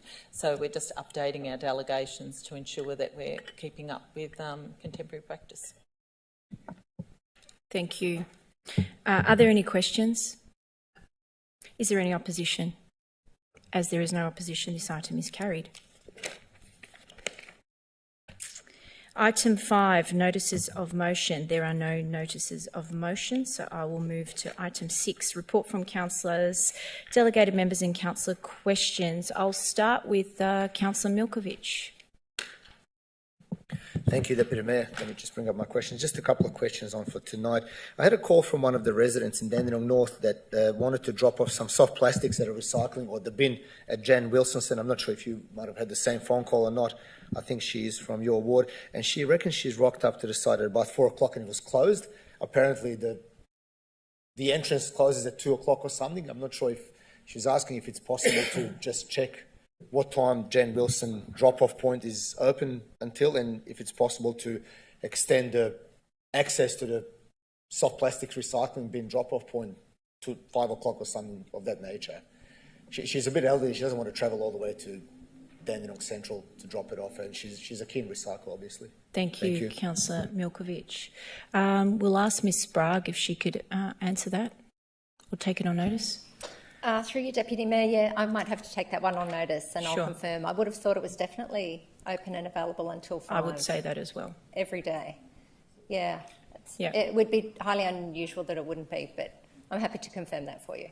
Thank you. Thanks, Ms Sprague. Councillor Milkovich. Thank you, Ms Sprague. Thank you, Deputy Mayor. Yeah, if we can confirm that, I'm happy to provide the details and we can provide the response. There was also a question from a same resident in regards to the new rates notice, and I haven't paid much attention because I've just sort of automised my process with the rate payments. But she reckons that there used to be a 1300 number or 13 number on the rates notices before we can dial up at any time of day and night and pay with a credit card over the phone or something of that nature. But now apparently it's not possible. So I'm not sure if we can get an advice as to which way the rates notice is, not just electronically when you select the direct debit option with the QR code, but just generally ringing up and paying over the phone, because now apparently it's not possible. So she's a bit confused as to what needs to happen with this and doesn't want to be late. Thank you. Thanks, Councillor Milkovich. Ms Sprague, thank you. Through you, Deputy Mayor, anyone can certainly call our customer call centre at any time and make that payment. So that's just a general council number. That's not a 13 number or 1300 number, but definitely anyone can call customer service to make a payment if they wish. Thank you. I think she did, just a supplementary to this, she did mention that, yeah, you can, but she said that in past you could dial this number, particular number after hours and pay with a credit card. I'm not sure if... Could be. Is it? Is that only during working hours? So I probably should look at the rates notice. Anyway, Ms Sprague will take that on notice and answer you in thank due course. And my last question, just regarding, had a couple of calls from residents and a couple of emails in the vicinity of Brady Road and Victor Avenue. If I can please ask the relevant officer, or director or manager to possibly increase patrols, because the cars are getting, again, illegally parked on where the Brady Road turns into Victor Avenue or where the shops are. And there's actually no standing zone for very good reason, because all the service trucks that service the shops and whatnot, they sort of turn the corner, there's a laneway at the back, and the cars are starting to, again, pile up there, and it's making it near impossible to turn for any kind of service vehicle, whether that's a police, ambulance or fire crew or anything of that nature. So if I can please have the relevant officer look into maybe increasing the patrols and just reminding the residents to do the right thing and make sure that access is available for all residents. Thank you. Thank you, Councillor Milkovich. We'll ask Mr Bosman to respond, please. Madam Deputy Mayor, thank you. Through yourself, Councillor, we will certainly increase patrols in the area. You'll probably find that it's one or two residents within the area that are habitual offenders. So hopefully after a couple of weeks of increased patrols, there will be a change of behaviour. But I've taken a note of the details and will increase levels of surveillance in the area over a period of a couple of weeks. That might not start next week, but I'll certainly schedule it in for increased levels of patrols. Thank you, Mr Bosman. Thank you, Mr. Deputy Bosman. Mayor. That's it from me. That's all from you. Thank you, Councillor Milkovich. Councillor Dark. Thank you, Deputy Mayor. Good job. It's been actually a very good fortnight, and I've misplaced my paperwork because Councillor Mehmedi was distracting me. Give me 1 second. Oh, here it is, right in front of me. Thank you. Deputy Mayor, along with yourself, Councillor Milkovich, Was it? Yes, I attended. Oh, and Councillor Garrard, sorry, apologies. I attended the Wachtel Reserve grand opening of the Wachtel Reserve Playground, which has been a long time coming. I think I've used almost every council meeting, the last 2 or 3 at least, to say that it's finally been opened. And we finally got there. It's finally been officially opened. Having the Minister in attendance and Mr Talamas, the local MP as well, and actually being there when there was a lot of kids there playing, a lot of grown-up kids. I managed to persuade the Deputy Mayor to climb up on the climbing areas, and we went down the slide in a suit and you name it. And it was actually a very, very good park, and it's good to see that all hours of the day and night it's being used. The second one, the option I actually attended, was the opening of the George Andrews Lights. They're starting the work on that site there with the Dandenong Thunder Soccer Club, and that's been another long time coming as a part of the light rejuvenation at soccer clubs. And I know being there during winter, that having new state-of-the-art lights will mean that we'll get a lot more play and a lot more usage. I also attended the Dandenong South presentation night, and the Dandenong South Soccer Club with Councillor Lim and Councillor Mahmedi as well. And the Dandenong South Soccer Club originally started off as, I suppose, a side group for the Dandenong Thunder, and to get people involved and to grow and see where things are. And then over the last few years, they've become quite a serious club. Now they've been able to get promoted a couple of times. They've got a very good list, and they're actually working very hard to get, I suppose, a lot more competitive there. And that's with the Tahiri brothers, who have been leading a lot of the charge in running a club like that. So I think if we could potentially send them a letter thanking them and congratulating them for the work that they've done, that would be greatly appreciated. Sure, we can do my that. first question this evening is regarding a resident contact from Benjamin Court in Keysborough. Opposite that is a playground reserve. There's been quite some long grass that's been growing. They've been flagged it and they've raised it, I believe, at Parkmore. However, nothing's been sort of addressed, and they're concerned it is getting taller and taller. If we could please have a look into that. Sure. I'll ask do that. Mr Van Boxtel. We can do that. Thank That's you. fine. Thanks, Ms Weatherall. That's all from you? No, still going. Thank you, Deputy Mayor. My next question has to do with the Kimura woodlands at the back of Rivergun Place in Keysborough. It was raised with me by a resident who actually ran into and was raising the concern that the undergrowth there has become quite thick over the last few years. And they're concerned that potentially leading into summer, there's what I believe has been forecast as a El Nino, La Nino. It's the hot, dry one. I'll leave that to Councillor Garrard. But basically, they're concerned that with the hot weather coming, that potentially could be a real fire risk getting so close to residential homes. The undergrowth, apparently a few years ago, there was a scrub fire that was there, and they've got some concerns that potentially the risk might be happening again. I'm not sure whether this goes to emergency management or it goes to the native vegetation team or who it goes to. But if we could please have a look and just to confirm what the thresholds are, I suppose, for undergrowth and vegetation growing that's become dry and the potential fire risk. Thanks, Councillor Dark. We'll ask Ms Weatherall to respond to that one. Yes, through you, Mayor. We're happy to take that concern, although we will need to look with the bush management team as to what's appropriate practice. Thank you. Thanks, Ms Weatherall. Councillor Dark. Thank you, Deputy Mayor. Deputy Mayor, my last question is to the Manager of Governance or the Chief Executive Officer.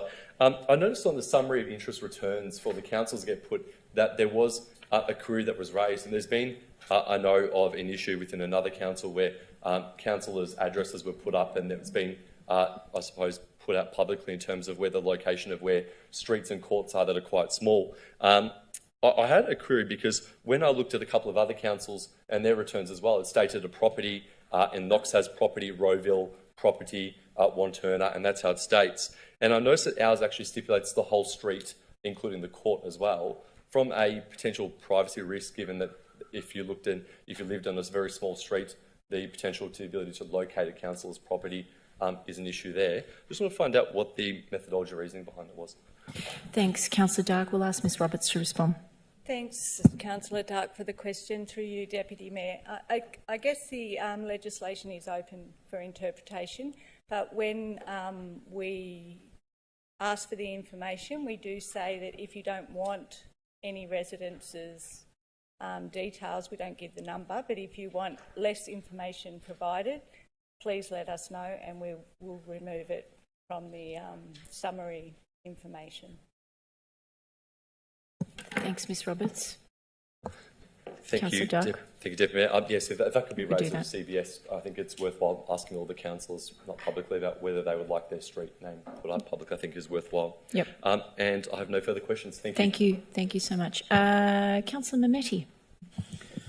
Thank you, Deputy Mayor. I attended the Unity in Diversity Festival hosted by the Southern Migrant and Refugee Centre, SMRC as they're known, celebrated their 30th anniversary yesterday. Unfortunately, the weather was really damp, but I'd like to congratulate them for 30 years of service to our Greater Dandenong community and also putting on such a big effort. But like I said, unfortunately, the rain did dampen the occasion. I also attended the Saba AGM dinner for the inauguration of the 16th committee and launch for the 2024 Springvale Lunar New Year Festival to celebrate the Year of the Dragon. And the committee has been doing a good job for over many, many years, and the Saba do a fantastic Lunar New Year Festival, which I think most councillors always attend. Also, I attended the sod turning at George Andrews Reserve, the lights upgrade, which is a cost of $700,000, $200,000 from the state government, which Minister Williams was in attendance with Mr Lee Talamas, and I know that I think half a dozen of the councillors were there as well, and Miss Wetherill was also there. So we had a bit of a tour of what's happening at George Andrews Reserve, as it is our premier soccer football ground in our city. And we have big crowds there. Normally 1,000, 2,000, 3,000 people attend most of the home games. So these upgrades to these lights are going to be where the old lights only had 200 lux. The new lights will be able to create 500 lux of light. And now they will be able to have games televised on I think it's Sports Sky News, whatever it's called, Sky Sports or whatever they're called, where we can actually have Melbourne Victory and Melbourne City, and even one day maybe the Matildas might play there. So looking forward to those lights going up and all the other works that are going up at George Andrews Reserve. Also, I attended the Dandenong South Soccer Club presentation night. As Councillor Dark said, the boys started there as an offshoot from Dandenong Thunder Soccer Club, as somewhere just to have a bit of a run and not stop playing football soccer.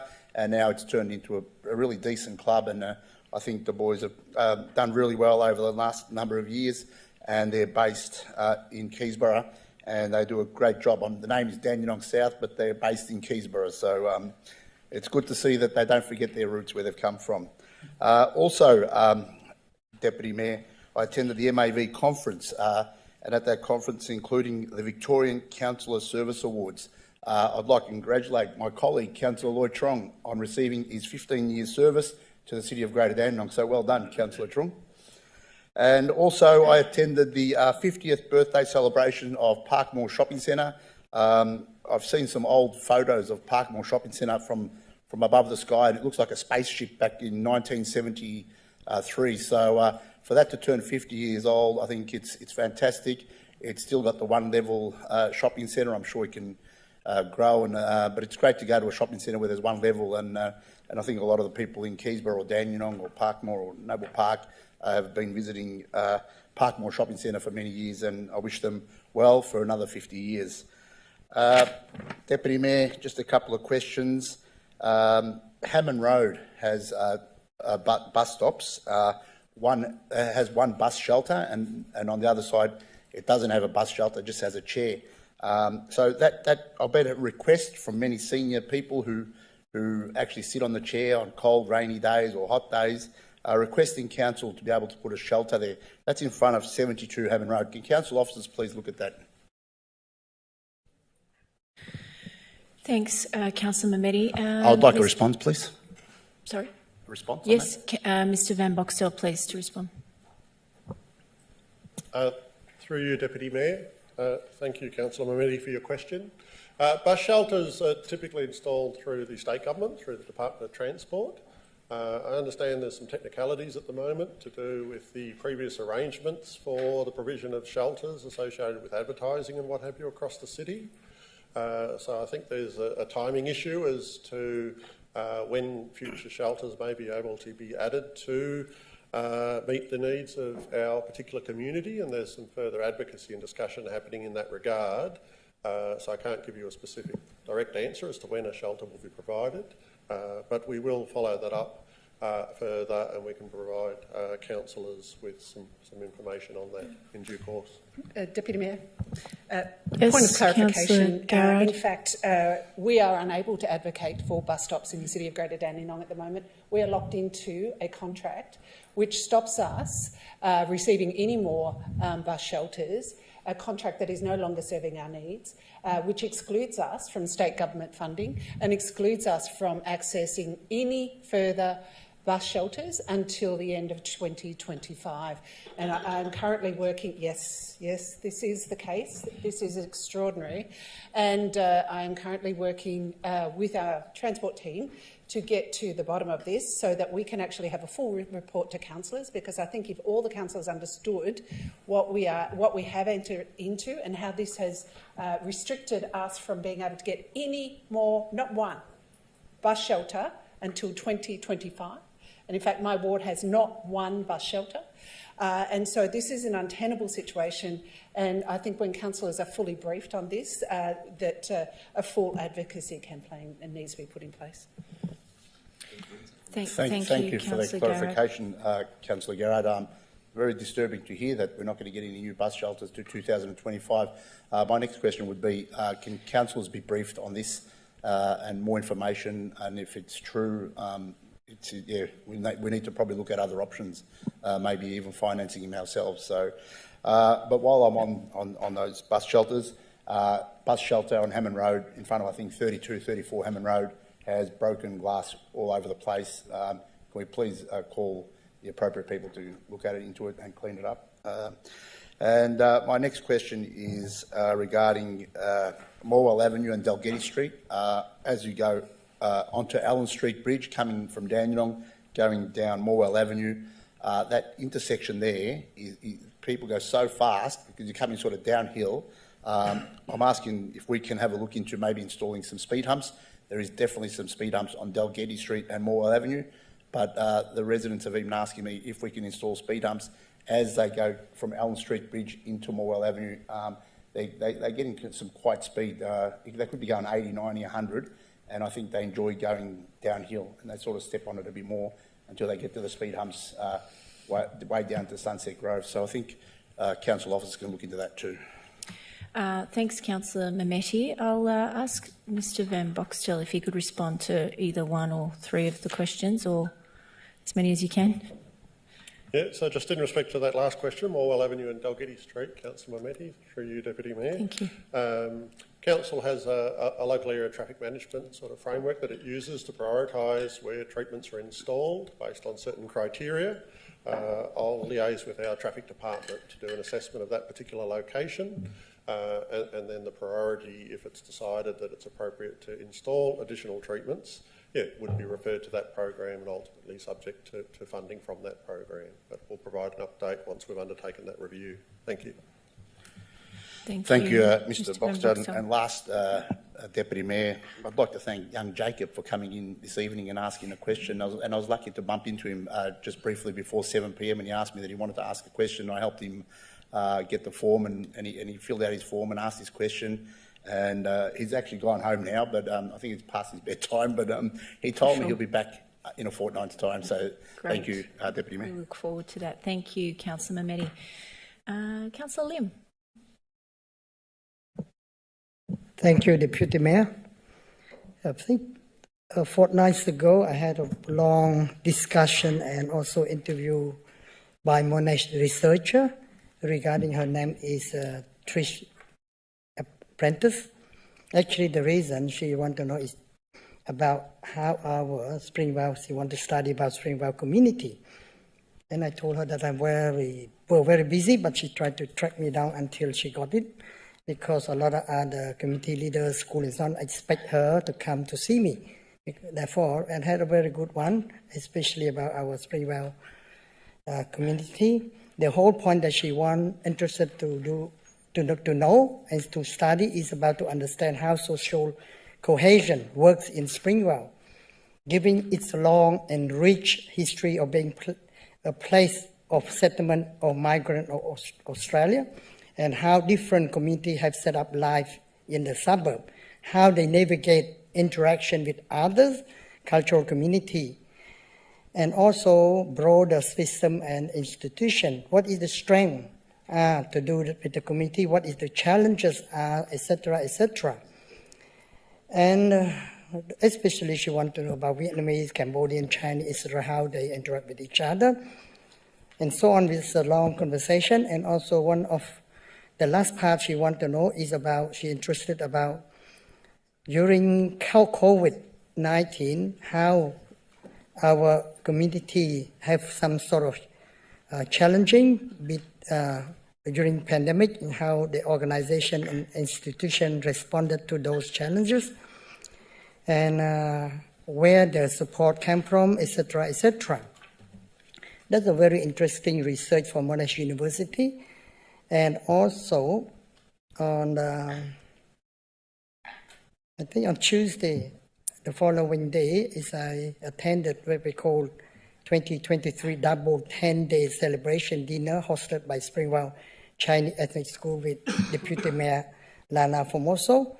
And on Wednesday, the following day, I had attended fundraising for Monash Heart Hospital in the city with Councillor Jim Emery, and a very successful one. I decided to donate, one machine, ECG. They're really desperate for brand new machine because the best hospital in the world actually one day. Honestly, I really want to take our councillor and council officer to visit Heart Hospital, and Monash Children is the best in the world. And they need a lot of new equipment, but the equipment is unbelievable that I witnessed when I was at Queen Victoria in 1984. Now imagine 84 to 91. I resigned 91, but up to now, unbelievable. The technology is unbelievable. And also on Friday too, I attended with Councillor Chimameti and also Councillor Dan for what we call Dandenong Soccer presentation. And on Sunday, the following day, is attended international inauguration ceremony of the new committee of what we call Hoi An Association. That's a very big association, and that town is very, very fast in China. It grows very, very fast. That make me feel like we are just very slow compared to that city. And also on the Tuesday, the 17th, in the morning, I had a chance to attend Dandenong Combined School Interfaith Gathering. I just represent our council and deputy mayor. In the evening, I attend Sabah AGM dinner for inauguration of 16 that committee that Jim just mentioned about. And also on the Wednesday, the 18th, I attend ceremony with Councillor Lloyd and also our deputy mayor. And the next day morning, Veteran Affairs, actually DVA from the city, invited me every year, as usual, to talk to all the veterans and also the Vietnamese ex-soldier as well about what we call Health Week. On that day, Councillor Trun turned up with us as well. They talk about mental health. They want me to talk about mental health. It's a great one. They really love to hear about how to live longer. And by midday, I had to rush to Monash Health Foundation to have a board meeting to discuss about how to raise more money. And because it's confidential, I can't say so much, but our hospital in the South is really desperate for money, honestly to you. Very, very desperate. We're really desperate. It's a very high cost to run the hospital because of the modern technology. If we can afford to donate one robot machine like cancer operation for cancer, for prostate, or for diverticular disease or spinal, whatever, is going to be amazing. Because other private hospitals, that's what I'm aware of, is the last 4 or 5 years already have this sort of machine, but our hospital, we don't have money to buy those sorts of machines. On Sunday, I also attended with so many our councillors and also celebrate 30 years of what we call Unity in Diversity Festival hosted by Southern Migrant Refugee Center. And all the questions have already been discussed with our CEO. Now give me all the answers already. Some she's going to pass me later on, and also Kevin. Therefore, I don't have any question at this chamber. Actually, already discussed prior to that. Thank you. Thank you, Councillor Lim. Councillor Long. These are some of the events that I've attended since my last formal meeting. On the 11th of October, I attended the AGM of the Road Safe South East at Dandenong Civic Centre. The 13th of October, I attended the official opening of the senior school and admin block at Emerson School. And on the 22nd of October, I attended the 50th anniversary of Emerson School at Beaconsfield. Thank you. Thank you, Councillor Long. Councillor Garrard. Thank you, Deputy Madam Mayor. Firstly, I'd just like to say that we live in uncertain and fearful times. And we always say of Dandenong that it is directly connected to the rest of the world, and what is happening in the rest of the world directly and immediately impacts Dandenong. I would like to acknowledge the impact of what is happening in the Middle East right now on the residents of Dandenong. I would like to acknowledge their pain and suffering, and in fact has affected many of our own families. And I would just like to acknowledge how hard it is for so many, and also to wish and hope that there is a swift resolution to this horrendous situation. I would like to acknowledge the 75th anniversary of the Adult Migrant English Program, and I represented the Council at that event this week, and also congratulate the Chisholm Institute for the outstanding work that they have done in the Adult English Program for over 75 years, serving this community, and have done a tremendous amount for particularly newly arrived, and the gratitude that was shown to the teachers at the program during the event was heartwarming, and they play such an important role in allowing new residents to be able to participate in our community, and it's such an important institution. So I want to congratulate and thank them for the work that they do. My first question tonight is regarding the Keysborough Hub. Question without notice. 5 months ago, we took out the gold shovel and we turned the sod.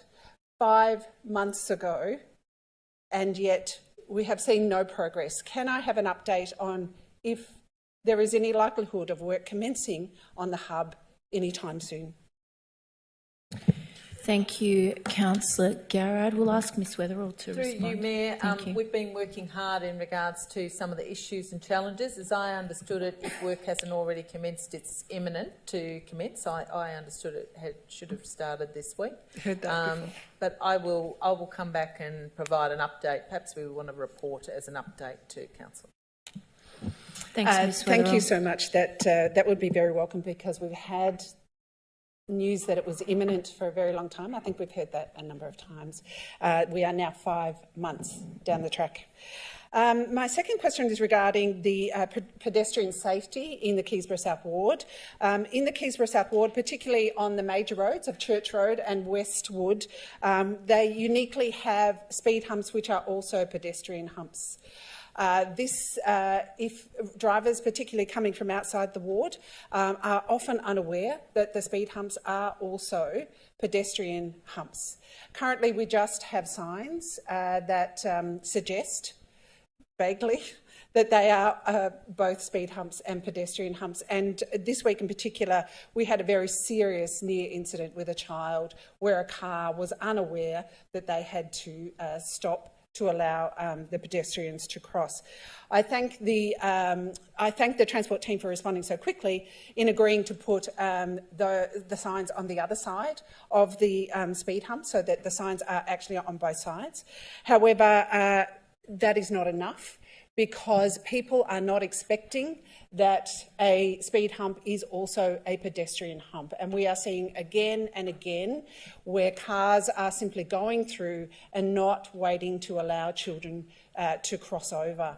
So I am begging actually, that we allow flashing lights to be placed on top of the signs, placed close to the hump, They can be solar flashing lights, so do not need to be connected and have a very high cost. But the issue is critical and it is ongoing, and the number of near misses where children have been almost hit on those speed humps, particularly in Church Road and Westwood, is really devastating, and we really need to take urgent action. Can we please have a response that is adequate to the scale of risk in this situation? Thanks, Councillor Garrard. Mr Van Boxtel, please. Through you, Deputy Mayor. Thank you, Councillor Garrard, for your question. A zebra crossing with flashing lights is a major traffic control device which needs VicRoads approval to install. And it needs certain warrants to be met in terms of vehicle and pedestrian activity at a particular location. As you've indicated, council officers have recently responded by installing some additional signs at this location, and we will undertake a further review to see what additional things that can be done, as we don't believe VicRoads consent would be provided for flashing lights due to their criteria. Council officers will also liaise with the Victoria Police regarding enforcement to report bad driver behaviour, and would also suggest that locals who are experiencing issues do likewise. But we will provide some further advice once we've undertaken a further assessment of those particular locations. Thank you, Councillor Garrard. Thank you, Mr Van Boxtel. Councillor Garrard. Yeah, look, thank you for the response. Really, expecting police to be sitting at speed humps monitoring this is really not realistic. I'm not sure what the risk criteria is, but that the number of near misses of children.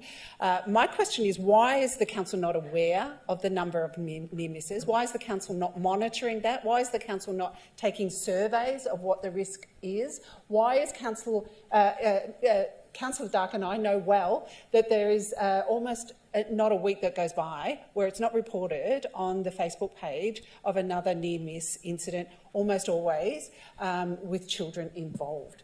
What is the criteria? What would elevate this to a level of risk? And we are not asking for wired-in, highly expensive flashing lights. We are simply asking for lights to be put atop of the existing signs, which could be solar powered and could be very low cost and could be done very quickly. The level of risk here and the level of neglect of this issue is really concerning, and I have been raising this issue since I came on council, and we still don't have a resolution. I won't ask for a further response, but I will be continuing to liaise with the CEO that we get swift, urgent and commensurate response for the level of risk on this issue. My next question relates to the ongoing issue of the road upgrade in Perry Road in Keysborough South. So can I just jump just before Councillor goes? So can I ask a supplementary question, or just to piggyback off what Councillor Garrard was saying about that? I know Councillor Garrard has mentioned Church Road and Westwood Boulevard, but I think Tyers Lane definitely needs a major thought look as well, because there is a crossing that runs from the school along the natural waterway, to which I've seen a lot of kids go, and I commute through the Keysborough South ward no less than 8 times a day, going back and forth between my office in Dandenong South, and most of my work is in central Dandenong, and the quickest way is down Perry Road. And there are some real issues. I saw myself actually only last week when I was coming back about 4 o'clock in the afternoon in Tyers Lane, a kid on a small BMX bike versus a Toyota Kluger, silver Toyota Kluger taxi that pulled out of Stanley Road and almost had a collision with this kid very close. And what Councillor Garrard is saying is 100% correct, because there is, as people pick up speed down Westwood Boulevard, you only need to slow down right as you get to that speed hump, and there's very limited signage. And I know turning from Chapel Road into Westwood Boulevard, that it's very grey as to what it is. The speed hump is a red colour as well, and it doesn't clearly sort of itemise what it is until basically you're on top of the speed hump and you can see the zebra crossing. So certainly what Councillor Garrard said is very valid. I know Victoria Police have been on Chapel Road. I know they've been targeting speeding drivers who have been consistently going through 60 and 70 kilometres an hour in a 40 school zone. And I know that they've caught a lot of them. But I think that what Councillor Garrard is saying in terms of further action on Tyers, Westwood and Church is something that I think definitely we need to look at as a matter of priority. Thanks, Councillor Dark. Ms Weatherill, thank you. And thank you, Councillor Garrard and Councillor Dark. I can hear the passion and the concern for pedestrian safety. Officers are also concerned about pedestrian safety, so I'll review this and look to report back to you in due course. Thanks, Ms Weatherill. Councillor Garrard. Thank you, and I thank Councillor Dark for corroborating that issue.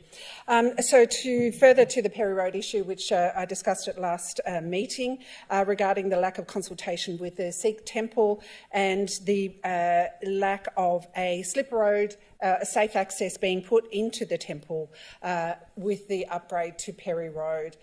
Subsequently to this week, I have spoken to other major landholders there, the Gaelic Park, the Serbian Soccer Centre, who have also not had any level of consultation, unaware that the upgrade is happening, unaware if they will continue to have safe access to their properties.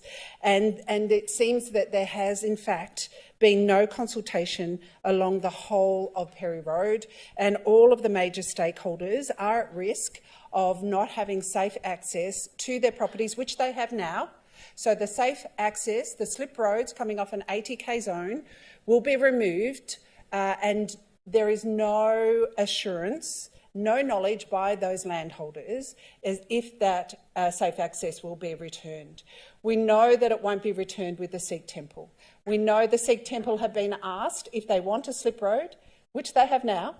We're going to take that slip road away and we'll put it back if they pay $20,000 immediately. That is what they have been asked to do.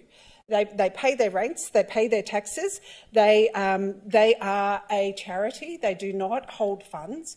To ask them to pay $20,000 for a road that they have now and were never told that that road was coming away, to suddenly find that safe access will not be guaranteed is a great concern. But to now find that all of the major players, so the Gaelic Park and the Serbian Soccer Centre, are major sporting centres, which there are, on any given event, there are hundreds of people passing into those facilities, and not one scintilla of consultation, not a letter in the letterbox, not even a mention of when the roadworks will occur and how that will impact them.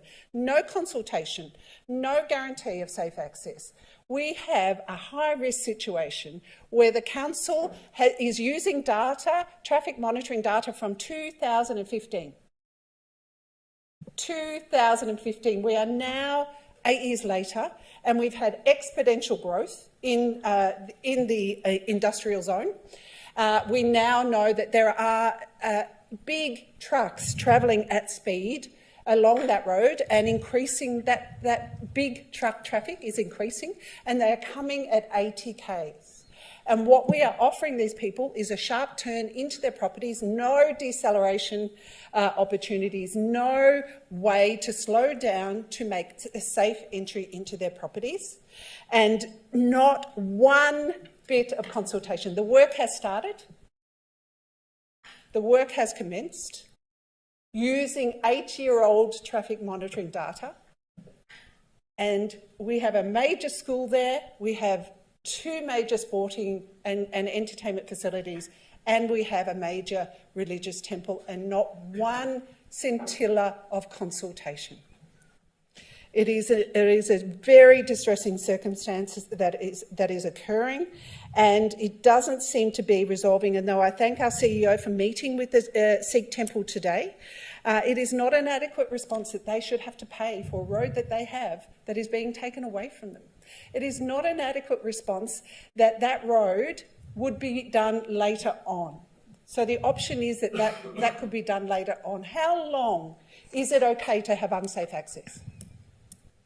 How long is it okay for the council to allow unsafe access to a nebulous time where there is no funding commitment, no timing commitment? How long is that okay?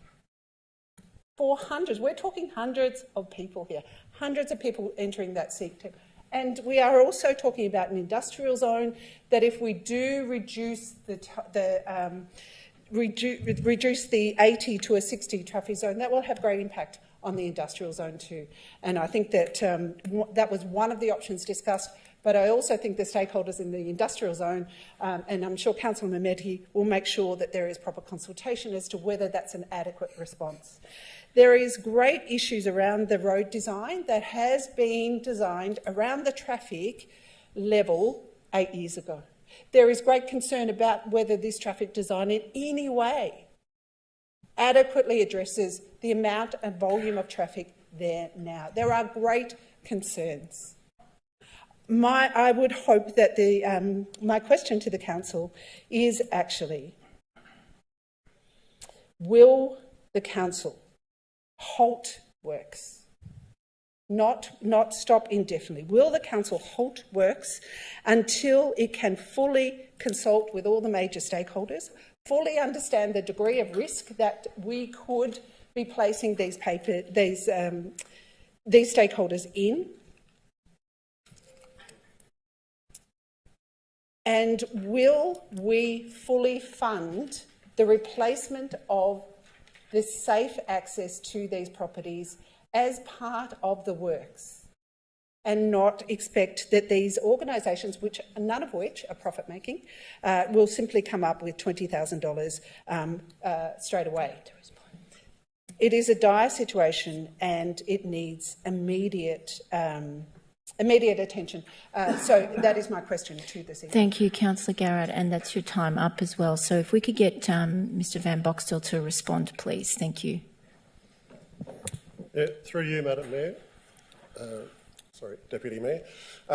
Thank you, Councillor Garrett, for your questions. I might just step through a couple of matters there. Probably the first one is just a point of clarification. So the project that's actually funded through the Developer Contribution Plan for this particular road at this stage only involves stage 1. So the only actual construction works that are planned and committed to be implemented is for the section that's known as stage 1. And the section that's known as stage 1 is between Greens Road at the northern end, and it covers the sections you've mentioned, so where the Sikh temple is and also the school across the opposite, but it's only up to Pacific Drive. So it's sort of the top 1/3, if I can describe it that way, of Perry Road. Stages 2 and 3, and stage 3 in particular, where the southern section, where the other facilities are that you mentioned that have got concerns about consultation and what's happening, aren't actually impacted at the moment, because my understanding is there's no actual works planned or funded for that later third stage. So I just want to clarify the scope of works. It's probably the first sort of comment I'll make. The second comment I'd like to make is just that I'm not quite sure about the reference to the 2015 data being old data and that we're using information that's not current.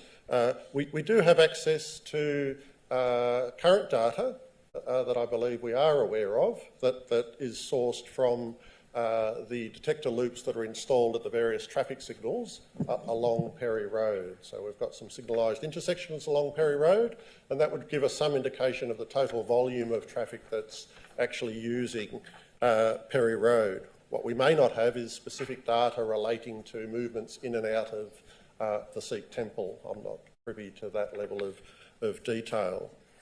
So I'll just clarify those 2 points. And then I'll sort of provide a bit more of an update on the meeting that was held today. So an in-person meeting was held today between representatives of the Sikh temple and some members of Council's executive team to discuss their concerns regarding Perry Road. Matters discussed included the issue of safe ingress and egress from their property, pedestrian footpath connectivity and general road safety concerns. Council officers will now review the design with the intent to incorporate a dedicated right-hand turn lane into the property using the northern vehicle access to the temple site, which will address one of their fundamental concerns about right-turning movements conflicting with the school opposite. A site meeting will also be held in the coming days to obtain further insights into the traffic patterns at the temple, which will inform further consideration of their request to incorporate a left turn slip lane.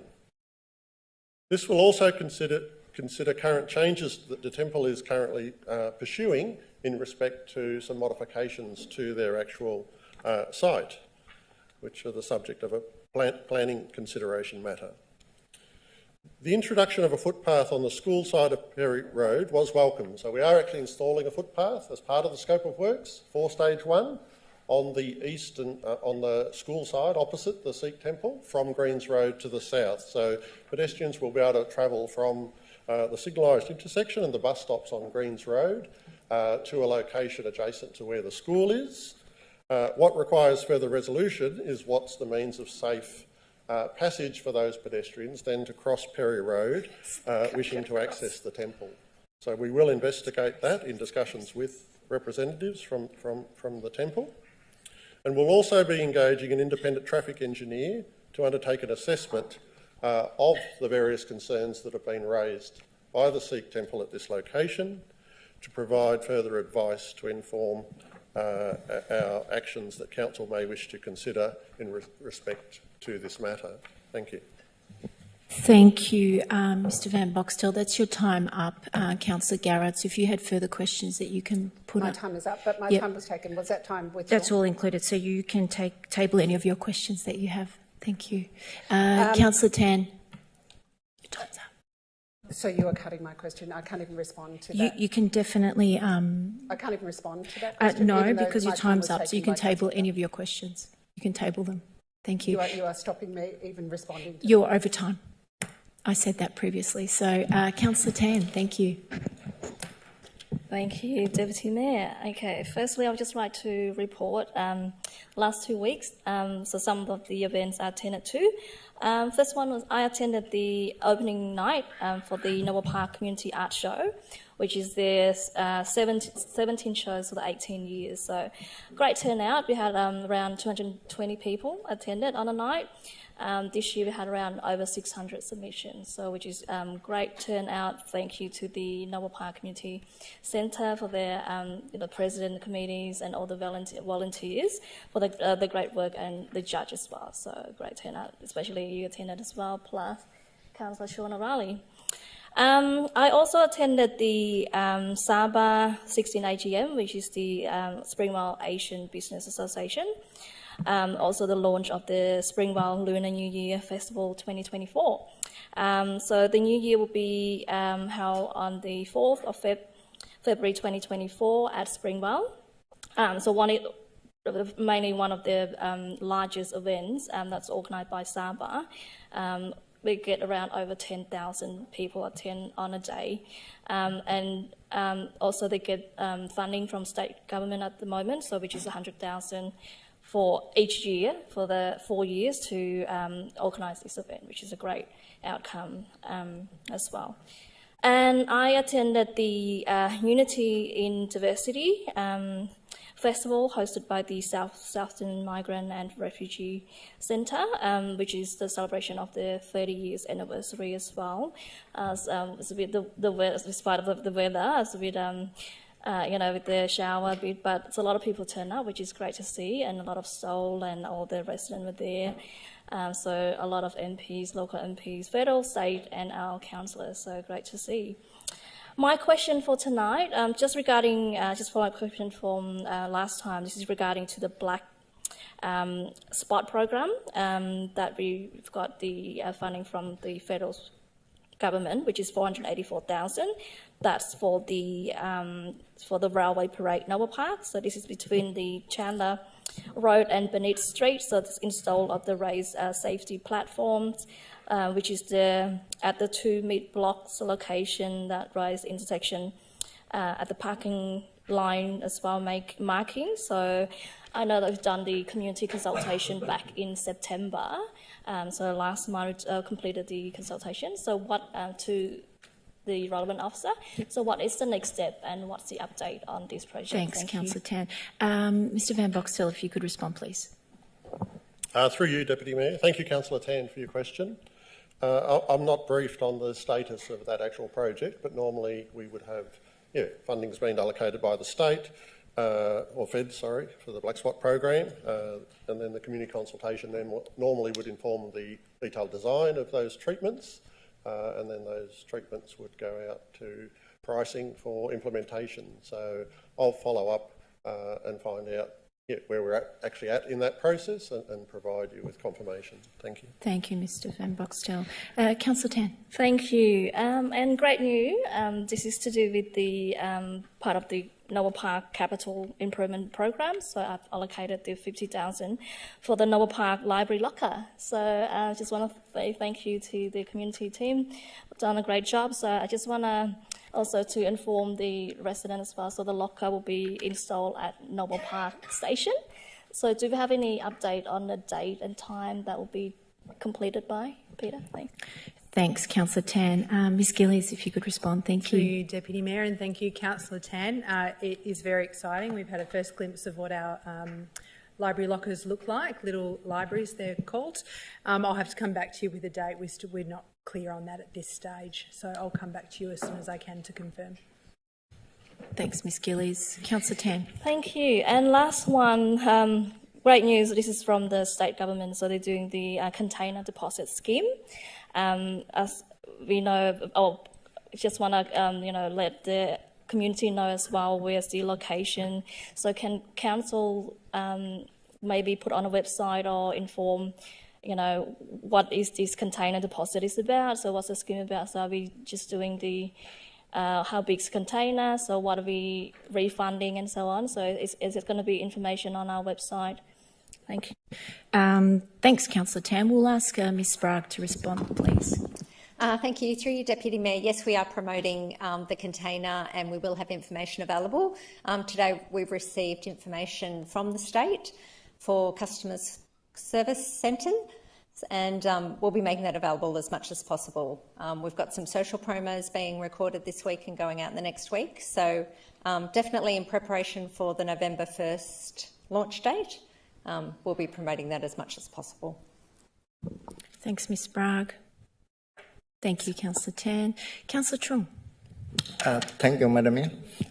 I would like to ask you to report that on last Thursday I attended with Councillor Lim at the Freedom Day Club picnic, and at the Councillor Lim mentioned I and himself and also Deputy Mayor was attend at the citizenship ceremony at Swinwell's Town Hall.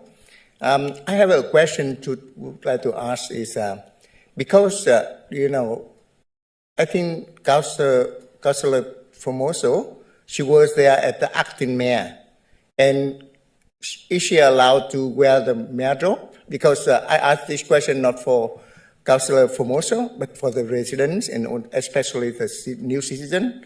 They want to have a photo with the mayor with the robe or something like that. And therefore they asked me, and I think I would like to raise up the question in this meeting. Thank you.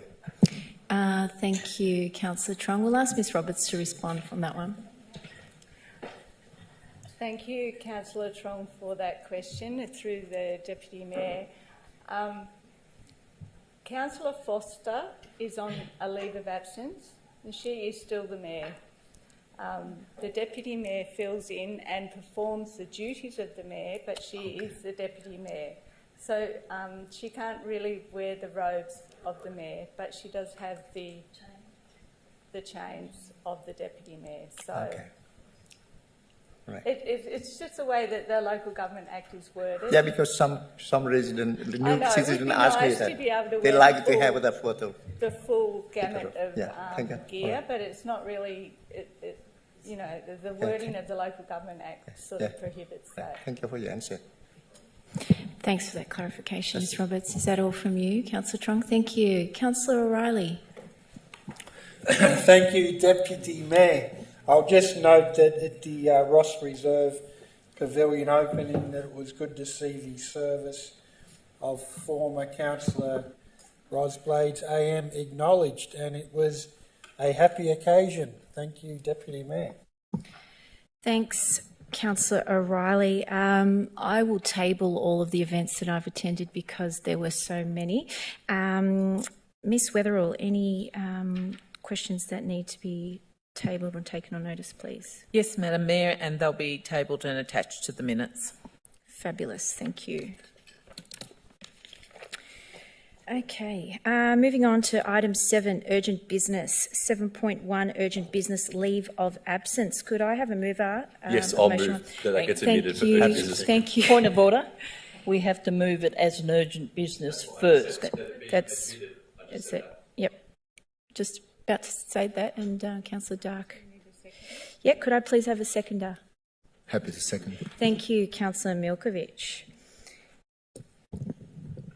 Are there any questions? Are there any questions? So, is it this to admit the item? Are we doing one each or both at the same time? One at a time. One at a time. Thank you. Okay, no questions. Is there any opposition? There is no opposition. Thank you. Give me 1 second. Yeah, 1 second. Okay, so could I please have a mover for motion 2? Thank you, Councillor Long. Can I have a seconder for motion 2? Thank you, Councillor Dark. Are there any questions? Is there any opposition? The item is carried. Thank you.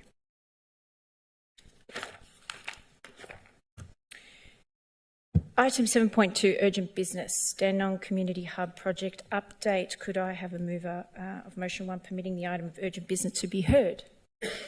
Thank you, Councillor Dark. Seconder. Thank you, Councillor Long. Okay. So could I please have a... any questions? As there are no questions, the item is carried. Any opposition, sorry? No opposition, the item is carried. Motion 2, could I please have a mover for this? Thank you, Councillor Long. And seconder, Councillor Dark. Thank you. Are there any questions? Yes, Councillor O'Reilly. Sorry, I must have missed this item in the agenda. What is the actual motion? The Dandenong Community Hub project update. Did you want to read that? It was updated. It was updated. Well, I've looked. So could I just get like a brief summary of what it is? Sure, I'll read it out. Okay, so motion 2, that's okay, Councillor O'Reilly, I'll clarify for you. So motion 2 is that Council 1 endorses an extension to the finalisation of the option 2 concept design to the end of February 2024. 2, notes the importance of strong community engagement and effective co-design to the project's success.